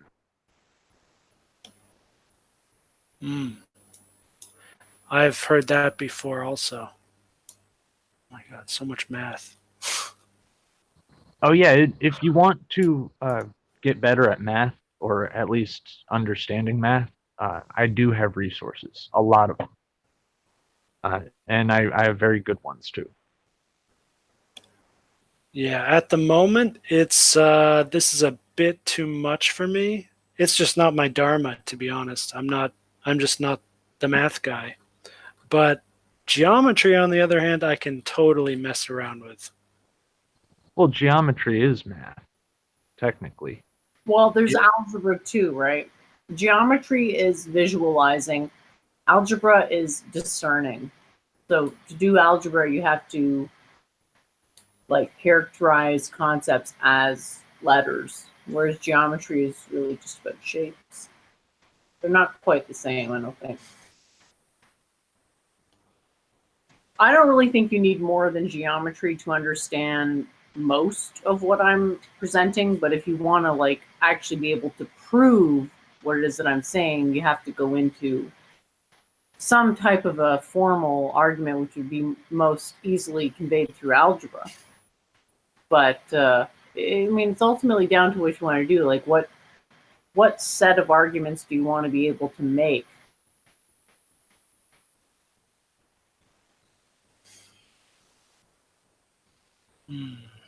How precise would you like to make your arguments? Yeah, exactly. Because from the geometric perspective, if the person agrees with you on axioms, you can go straight to geometry. But if they don't agree on axioms, you're going to spend, eons on that step. Just really, I mean, you say it's not your dharma, but Yeah, but just because it's not my dharma, it doesn't mean I'm refusing to participate. It means I'm willing to let someone who is expert at it do most of the work, and I'll just follow and smile and say, "Wow, great job, so cool." yeah, but Well, see, then wouldn't they get most of the credit? Participate. In order to learn, you have to participate. That's how it works. Sure, yeah, but And if you let someone else do most of the work, wouldn't they get most of the credit? sure, I'm not looking for credit. That's not why I'm here. Well, you're looking for results, and the results come from harnessing the discernment. And whether you harness the discernment through algebra or through something else, it still has to be harnessed in some way. I would also bring up the matter of trust, because if you hand the mathematical work off to someone else, you are trusting that they will do what you want instead of what they want, or just taking it and manipulating it completely. Yes, that is ethos. That's character. That's why character matters. The only other way around that is doing everything yourself, being a mathematician and a scientist and a priest. That's not entirely true. You can attain. You just have to understand one thing. You cannot delegate upwards. You can know enough about everything you're being involved in to know when someone is screwing around. But you don't have to know everything perfectly in depth to be able to do that. Right. My point is that you can't, even if you want to. So can't what?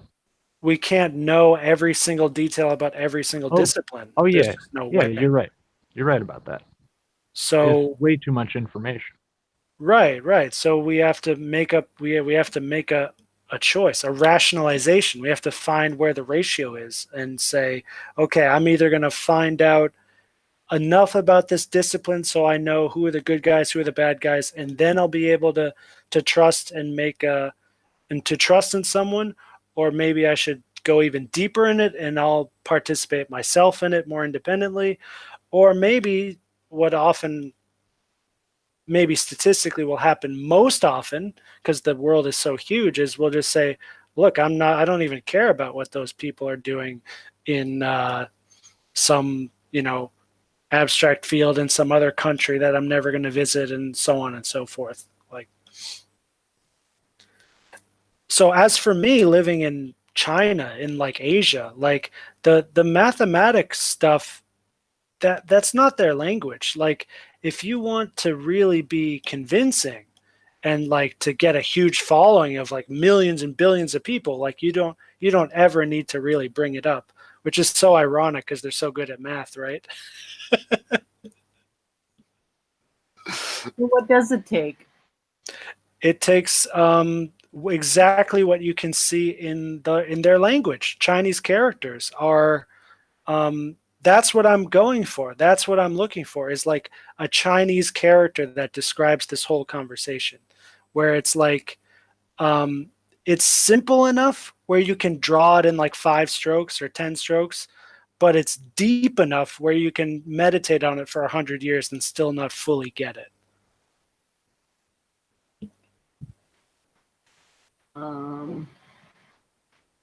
That's what Chinese is. That's what all those characters are. They're like the character for a man is just 2 strokes. It's like the simplest stick figure you can possibly write, but it's not too simple, and it's at the perfect resolution, because you have to think about not just the person, but the person within the world and within all the other concepts of the world.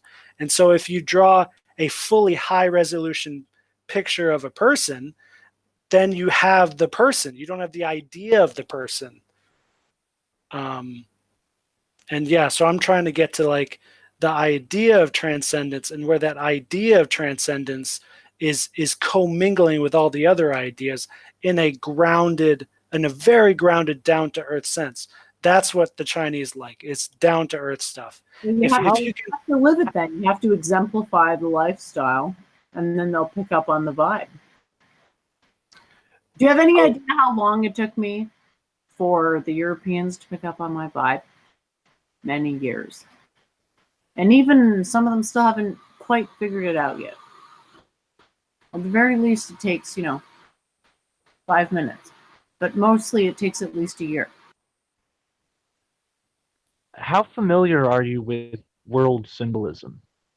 Well, what I mean by that is religious and spiritual symbols from around the world.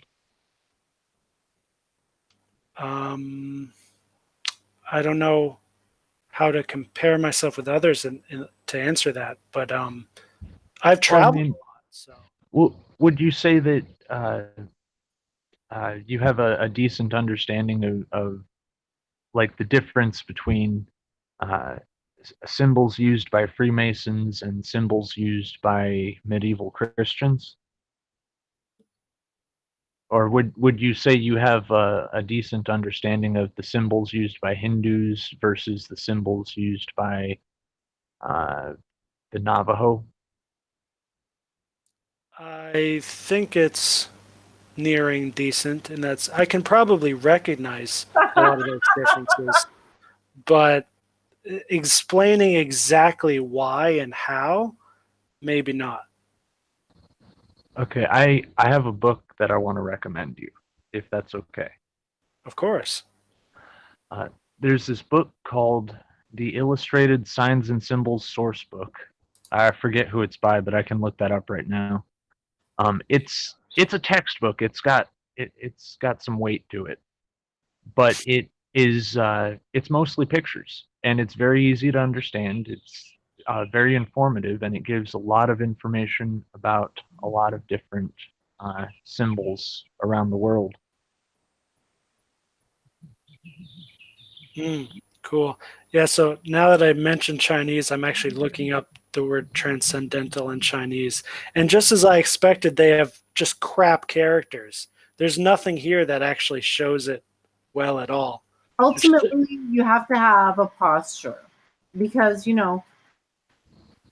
I've had more luck with Orientals picking up on my postural vibe than Occidentals in this life. And I am literally European.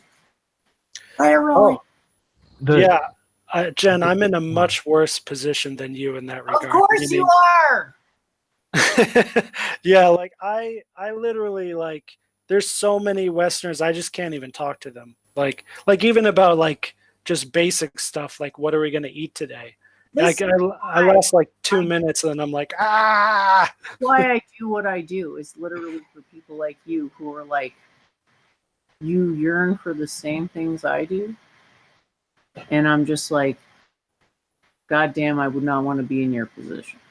Because I can always fall back on what I know. What does the average Westerner have to fall back on? Nothing. Oh God. In this modern world, it sucks. And that's what I'm doing too. I'm doing the same work in a different field, meaning my work with Ethos is attempting to do the same thing, to give Westerners who have a deeper proclivity something they can grasp and really stand on. But yeah, I mean, like ethics and mathematics are like geometry is the only way I can bridge that gap, and there's still a huge gap left, you know. So I got the author of that book, and I have used this book in the past. It's a very good book. It goes over all sorts of symbols, even from the most basic, from like a dot and a spiral, circle, horizontal, vertical, diagonal line, all of that, and then it goes into more complex symbolism as well. So you would probably benefit quite a bit from it. But the author is Adele Nozadar. Nozadar. It's called the Illustrated Signs and Symbols Workbook? Source book. Source book. Okay. So real quick, I want to go back to Howie, your example of the 2D political spectrum. That's a great example. I think what's happening there is, like, people are seeing that it's just so dumb. Like it's a lose-lose situation, right? So as soon as you realize that, you have to transcend that duality somehow, right? Yeah, the 2D political spectrum is drawn along lines of authoritarianism versus libertarianism and economic policy. So left is a certain kind of economic policy, and right is a different kind of economic policy. But then there's also up and down. But this is very limiting because it doesn't take into account the vast different kinds and combinations of policies that a person can have. Well, you already made it more advanced than what I was talking about. I just mean left and right. Like, what you already brought it into like more than 4 dimensions, just casually, But most people are like, I don't know if they're on that level. Actually, they just know, oh, he's lefty, he's righty. Like that's all they know, Yeah, when I started working on my own political spectrum, I was shooting for an 8-dimensional spectrum, but because there were so many things that I needed to take account of, I ended up having an 11-dimensional spectrum. Yeah, as for me, that's good luck how he turns up the mind. Might just end up having 11 dimensions after all. Yeah, it's a lucky number. Like, so as for me, politics in general, I just transcend that whole game. I just don't even play in that game. But it is useful to know, like, I pay attention to things so I can have some way to talk with others, but that's it. It's not a mode of reality which I find at all useful, because you know what? Canada would agree with you. I grew up in Canada, and they just really don't like talking about it because I think for them it's not like, oh, I'm transcending. It's more like I'm going to be in denial because it's all garbage, and I'm going to pretend I'm a liberal because that's what gets me through the day. It's not really all that. I mean, yeah, don't want to give them credit that they aren't due. I'm sure you've been on a serious what would you call it? Spirit quest. But Yeah. many of the plebs have not been on. This actually sort of matches up with something Howie and I were talking about, which is whether people should be force-fed mushrooms. I say no. Well, it depends on the dose. Wait, what are we dosing on? We were talking about whether it was like, what's the morally based stance? Forcing people to take mushrooms or not type deal. Oh, I'm all for that. See, this, like, I get it, but like, my argument is if you don't have a fully formed ego, you shouldn't do psychedelics, because it's basically like an NPC doing drugs is just, how's that going to end well? Yeah, there are complications there. There's the devil's in the details. Look, if you force someone who isn't ready to do psychedelics, but they're in the ideal setting, it will be significantly less bad than if you put them in jail and then give them psychedelics. Something like that is a totally different situation. So I have a different view on that. I think that people with a more fully formed ego are actually more likely to struggle with psychedelics. Yeah. Because the ego is centralizing, at least in terms of the brain, and definitely in terms of thought. So when you take these substances that decentralize your thought, it's easier to handle if you're already used to not thinking in a set path.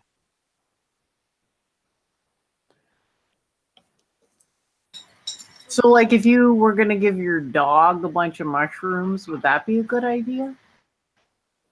Some mushrooms, yes. Good idea. A couple, maybe 2 or 3. See how we totally see, I'd get the other 50.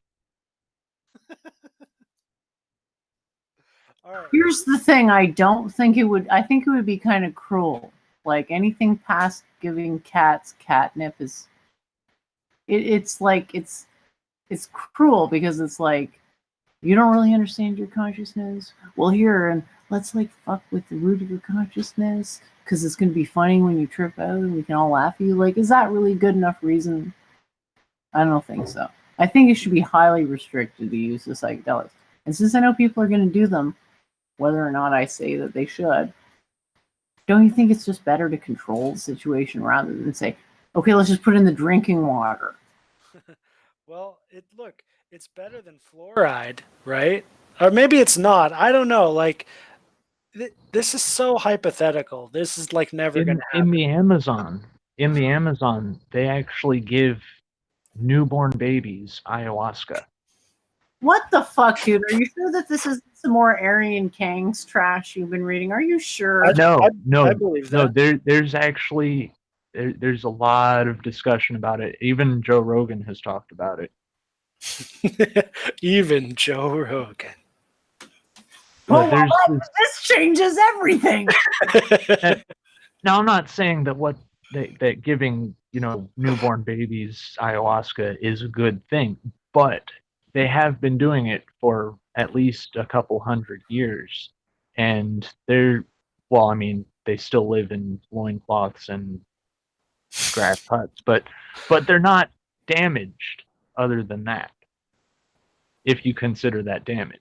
No, I get it, because it's like, it's not about whether you get cognitive dissonance, which obviously, psychedelics is de facto cognitive dissonance because it's changing your cognitive landscape. It's whether you get shock. And if the whole community is like, yo, dude, it's time for the baby's ayahuasca initiation ceremony. It's like, and everyone's like, yeah, I went through it too, man. I mean, fucking people could get used to circumcisions, dude. If I had to pick between one and the other, dude, I'm going with the baby ayahuasca. Oh, me too. That's a good deal. A video I saw a while back. This guy who ran a drug abuse clinic for about 30 years was talking about his view on psychedelics, and he told stories about children in the United States who had accidentally taken their parents' mushrooms and were fine, but or they had accidentally dosed themselves on their parents' acid and been fine. Now that's a very iffy situation, but it's a thing. So, guys, we're having fun, but we're getting away from the original topic at hand. It turns out talking about psychedelics is pretty important. I think you just got to integrate it into the whole consciousness, because, like, I think a lot of people make the mistake of being like, drugs are bad. And it's like, obviously drugs cause problems, but... That is a very... Not drugs are the same. Not all drugs are the same. Not all drugs work the same. Not all drugs do the same thing.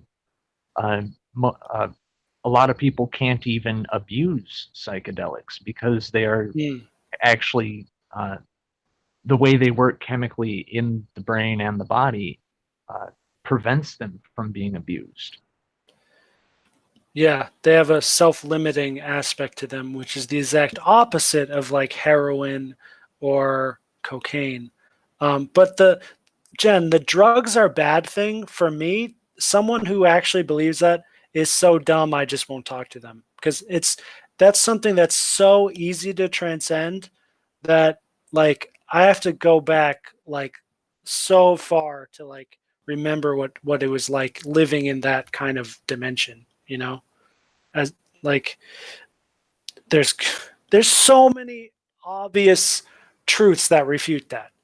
Drugs are not good or bad. Drugs are drugs. It's like saying people are bad or people are good. There's 7.7 billion of us. It's like saying a hammer is bad or good. Yeah. You can use a hammer to build a house. You can use a hammer to bludgeon someone. The thing is, I met some pretty smart people who were against drugs, and the argument comes up all the time.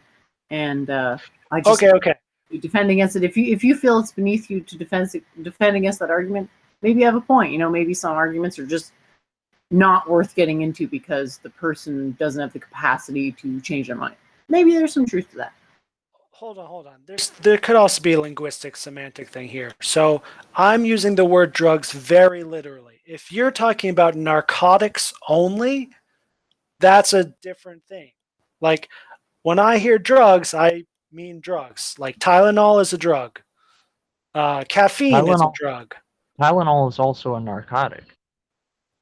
It probably could. I don't know exactly what narcotic means, but let's say illegal. Illegal narcotics are bad. That's actually like approaching intelligence. So like I can work with that. But if you just say drugs are bad, like, we're done.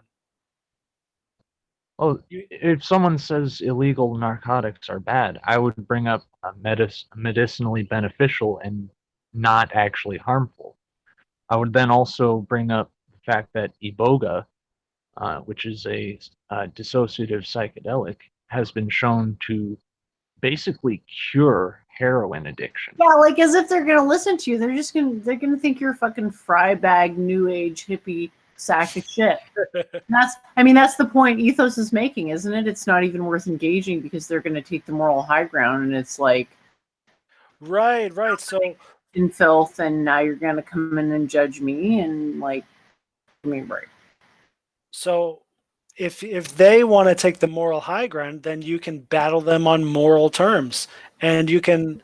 Well, I wouldn't recommend this, but I'm just saying. If they take the moral high ground, saying that drugs cause harm, then I would say, well, if it's a person harming themselves, what right do you have to say to stop them from doing that? They're not harming anyone else. Why should you take my money and lock up a person for doing something to themselves? Then I would also bring up that in order to reduce harm, you have to legalize so you can regulate and make sure there's not rat poison going in the drugs. I could actually refute those a number of ways, but instead I would make a much simpler case, which is that what is legal is not what is moral, and vice versa. Sometimes they're the same. Like, that's the point of legislation. It's supposed to get closer and closer to bringing about a world where people are ethical. But that's all it is. It's just, these are like little guide stones that are supposed to nudge us in certain ways. They are not what is ethical itself. You find in ethics, not in law. Those are two different things.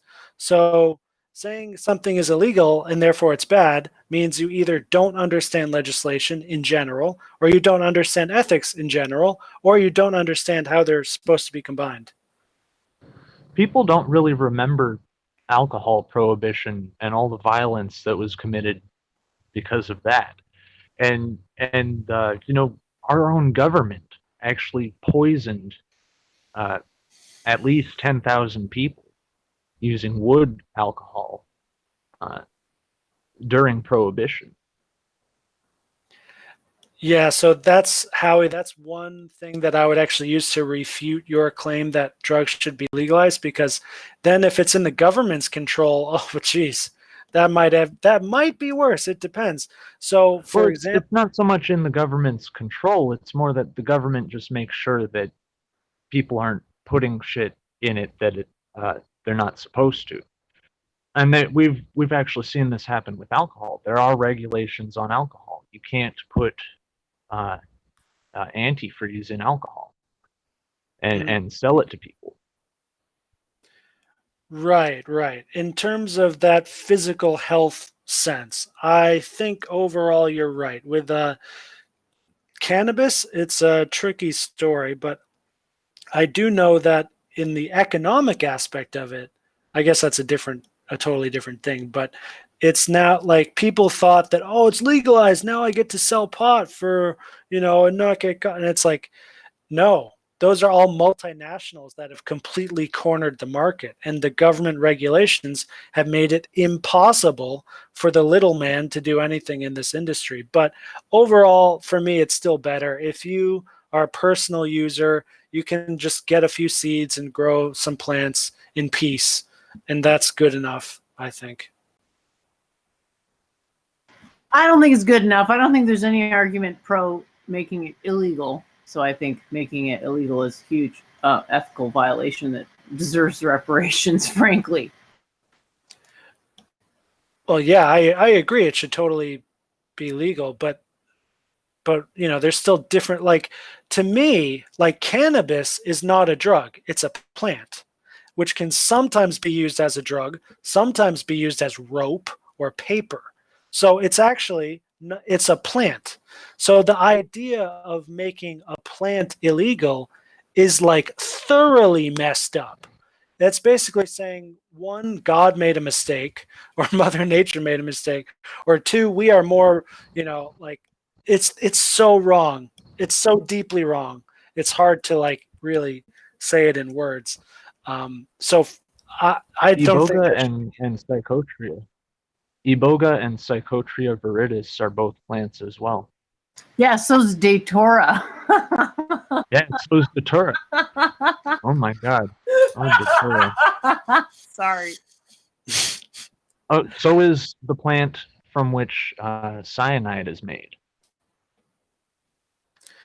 Yeah, well, look, plants are wonderful. Sometimes we get this beautiful psychedelic compound that gives us enlightenment and love for all creation, and other times it's a poison that just kills us in a second. But that, once again, the point of legislation is to push people, is to incentivize good behavior and punish bad behavior, basically. So I guess you could have a case for regulations on certain plants that are poisonous, for instance, but an outright ban on a kind of plant is, I mean, we need the Coca-Cola original formula, which had wine and cocaine in it. By the way, someone in the chat just said chewing coca leaves to stream longer. Yeah, I really want to try chewing those cocoa leaves. It looks like fun.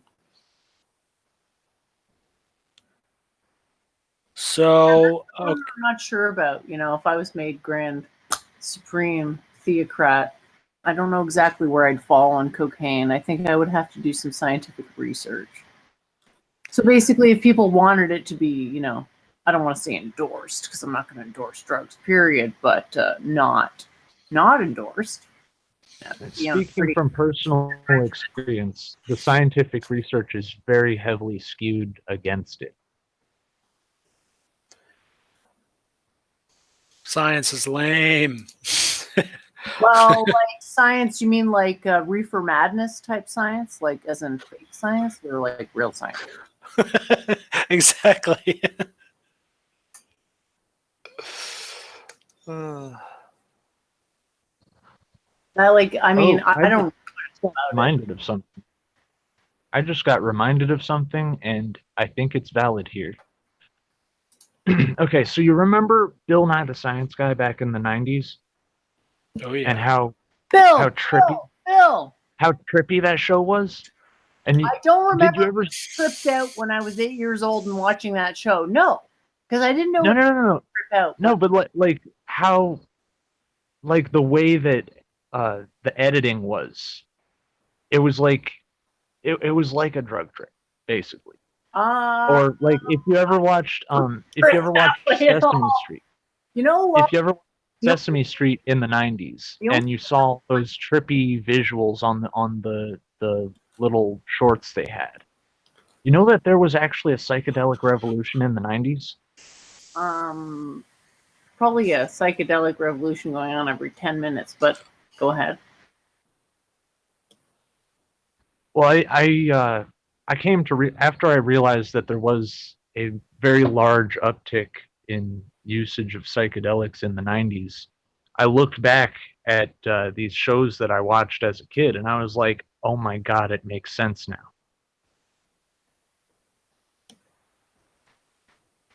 You ever watch those short circuits thing on YTV? No, maybe it was just a Canadian thing. If anything was going to be trippy, it would be that. Or, like when people do those things in a pool, like a whirlpool, like a circular pool.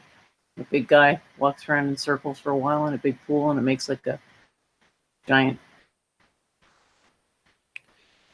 I think we live in a psychedelic universe.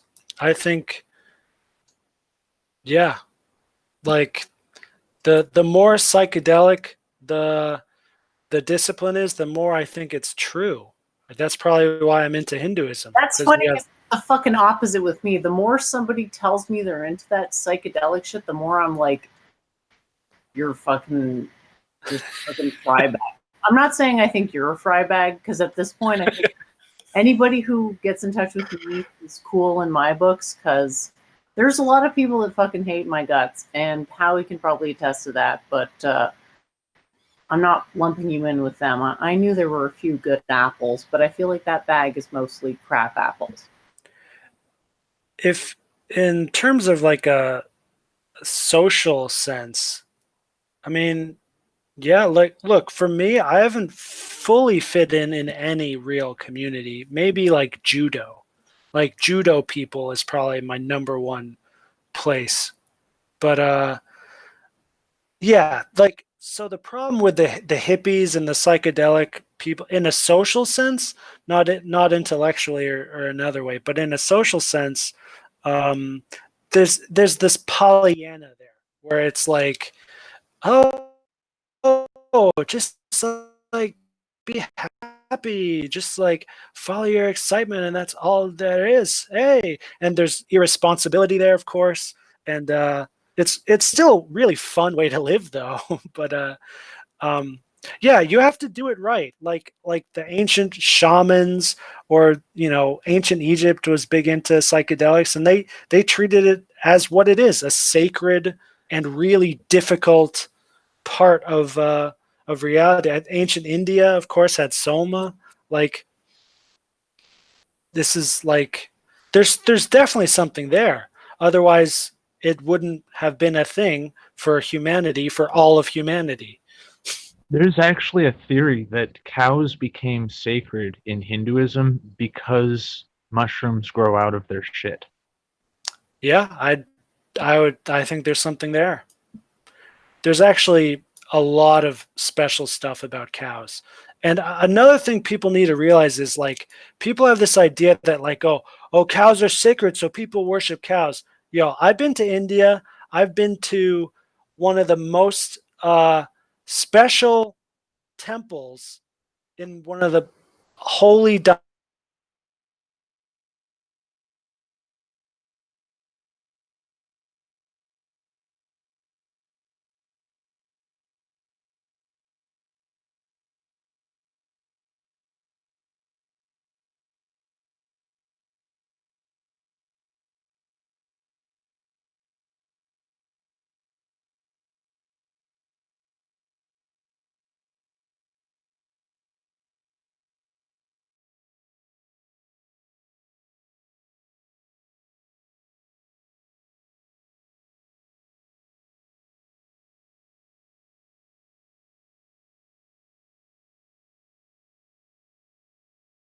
and it's very, it doesn't have this like crazy police presence like everywhere else in Asia where you go in jail forever for it. It's much more liberal there. But yeah, cows just like In they Japan, if you get caught with cannabis, you go to jail for quite a while. yeah, and China is also They have a, really bad with that. well, China's bad with everything. I mean, I appreciate the culture, but I will never visit until they become capitalist. Well, they have been capitalists, actually, not entirely, but that's the as we know from history, like, there's no such thing as like a great empire that got that way without some kind of free trade, right? It's just that in China, that all that free trade that happens has at the top an emperor, basically, who's saying, most of the time they're saying, okay, you people do whatever you want. But when they need to come in and say, oh, Alibaba, your company now belongs to us, or you're dead, like, yeah, they do that stuff. Anyway, just about the sacred cows, like, they're just considered dope. Like cow manure, cow dung has beneficial properties. It's been scientifically shown, and it's true. Like, it's good manure. It has antiseptic properties. There was this show on National Geographic in the early 2010s, maybe late double O's. It was called "The Witch Doctor Will See You Now," and what it was they took people from America who are sick and weren't being cured with conventional Western medicine to like random places around the globe and trying out the medicine there. And one time they took a couple of people to India and they visited a cattle ranch, something like that. There were a bunch of cows there, and there were some monks there.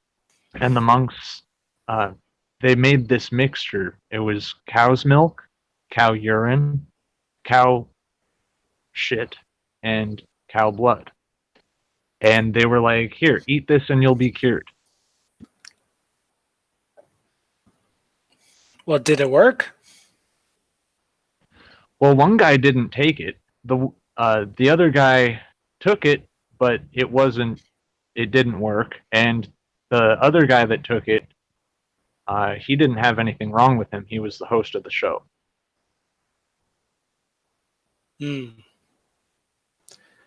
Yeah, it's I know, yeah, drinking cow urine is common in India as medicinal.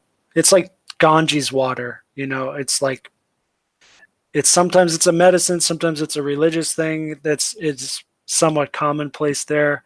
I don't like the idea of it, but I might one of try the it. episodes, they did actually go to China and they tried the Chinese food therapy.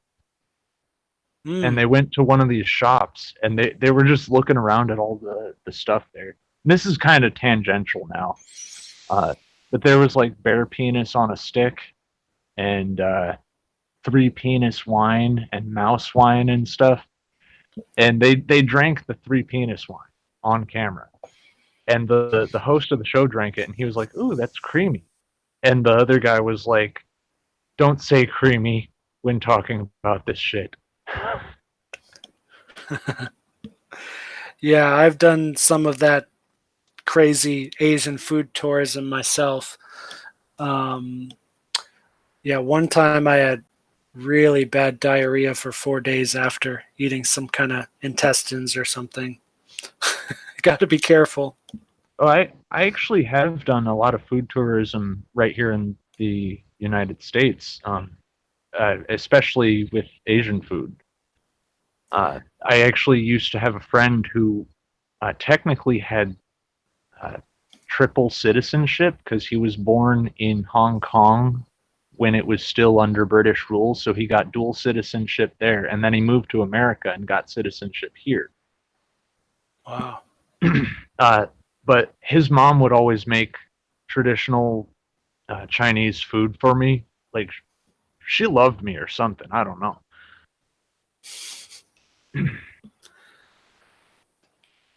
The best Chinese food for me is what I call grandma food.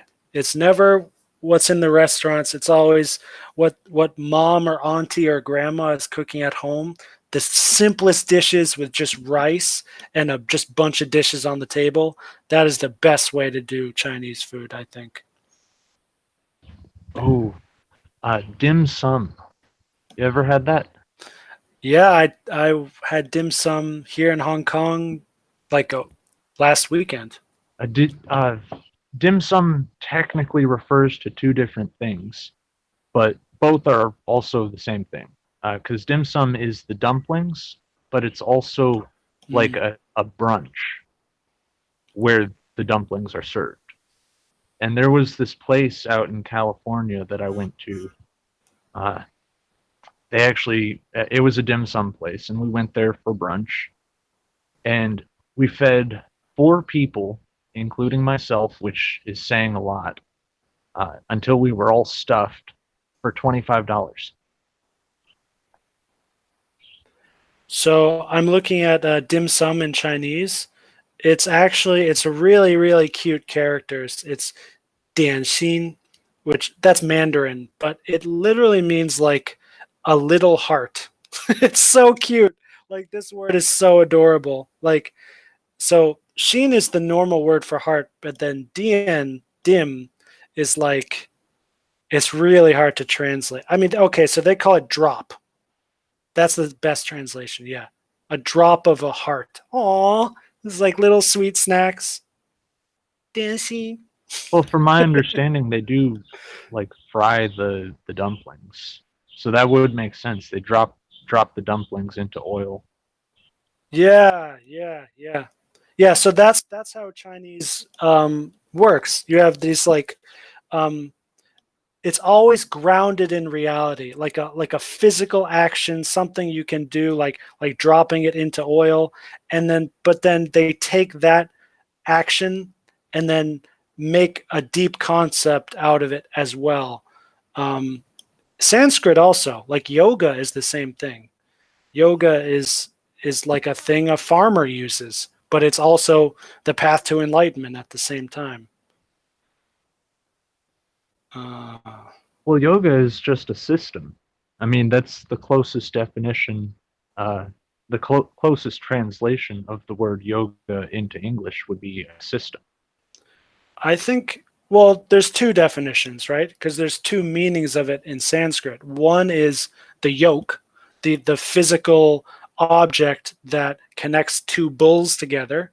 That's a yoke in English, which comes from yoga in Sanskrit. I don't know if it's yoga in Sanskrit, but that's one root of that word. But then the other one is union.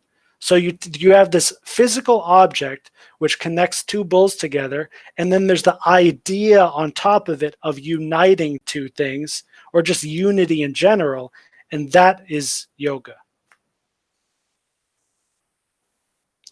And yoga, as we know it now, is a system, but that's after being translated a bunch of times.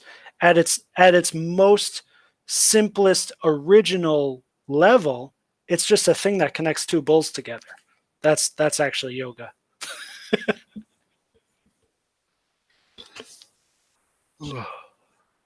So yoga is stored in the bull balls? Quite possibly. Yes. Oh, I guess we have our meme for the stream. Yeah, I don't. Maybe this was a bit of a failure. Actually, an awesome one. I think it's probably a good time to wrap it up now because I'm a little hungry, so I'd like to grab a bite to eat. And it's been great talking with you guys. But I think this one was more productive than the last one. But I think the last one was also pretty good. I mean, expectations surpassed. I would say this was an awesome stream in my view. What do you guys think? No regrets. Yeah, I'm joking when I say failure. Of course, there's no such thing as failure. There's only, what you learn, what you do, how you grow. I can't complain. Cool. Did you have any last words, Howie? This was a pretty fun stream, and Jen, would you mind giving Ethos my Facebook so he can add me? Because I'm still banned. I can't add anyone, but I can use Messenger, so I can send him like videos and talk with him and stuff. Sure, man. And hopefully we'll see you both again on Week in Review if you feel like stopping by. Otherwise, we'll just set up another time. I don't think Week in Review time works for you, Ethos, so we'll probably just set up a separate stream, but really enjoyed this, and looking forward to the next combo that we can have. Did you have any last words, Ethos? I'll just say the third time will be the charm, and I'll see you then. Awesome.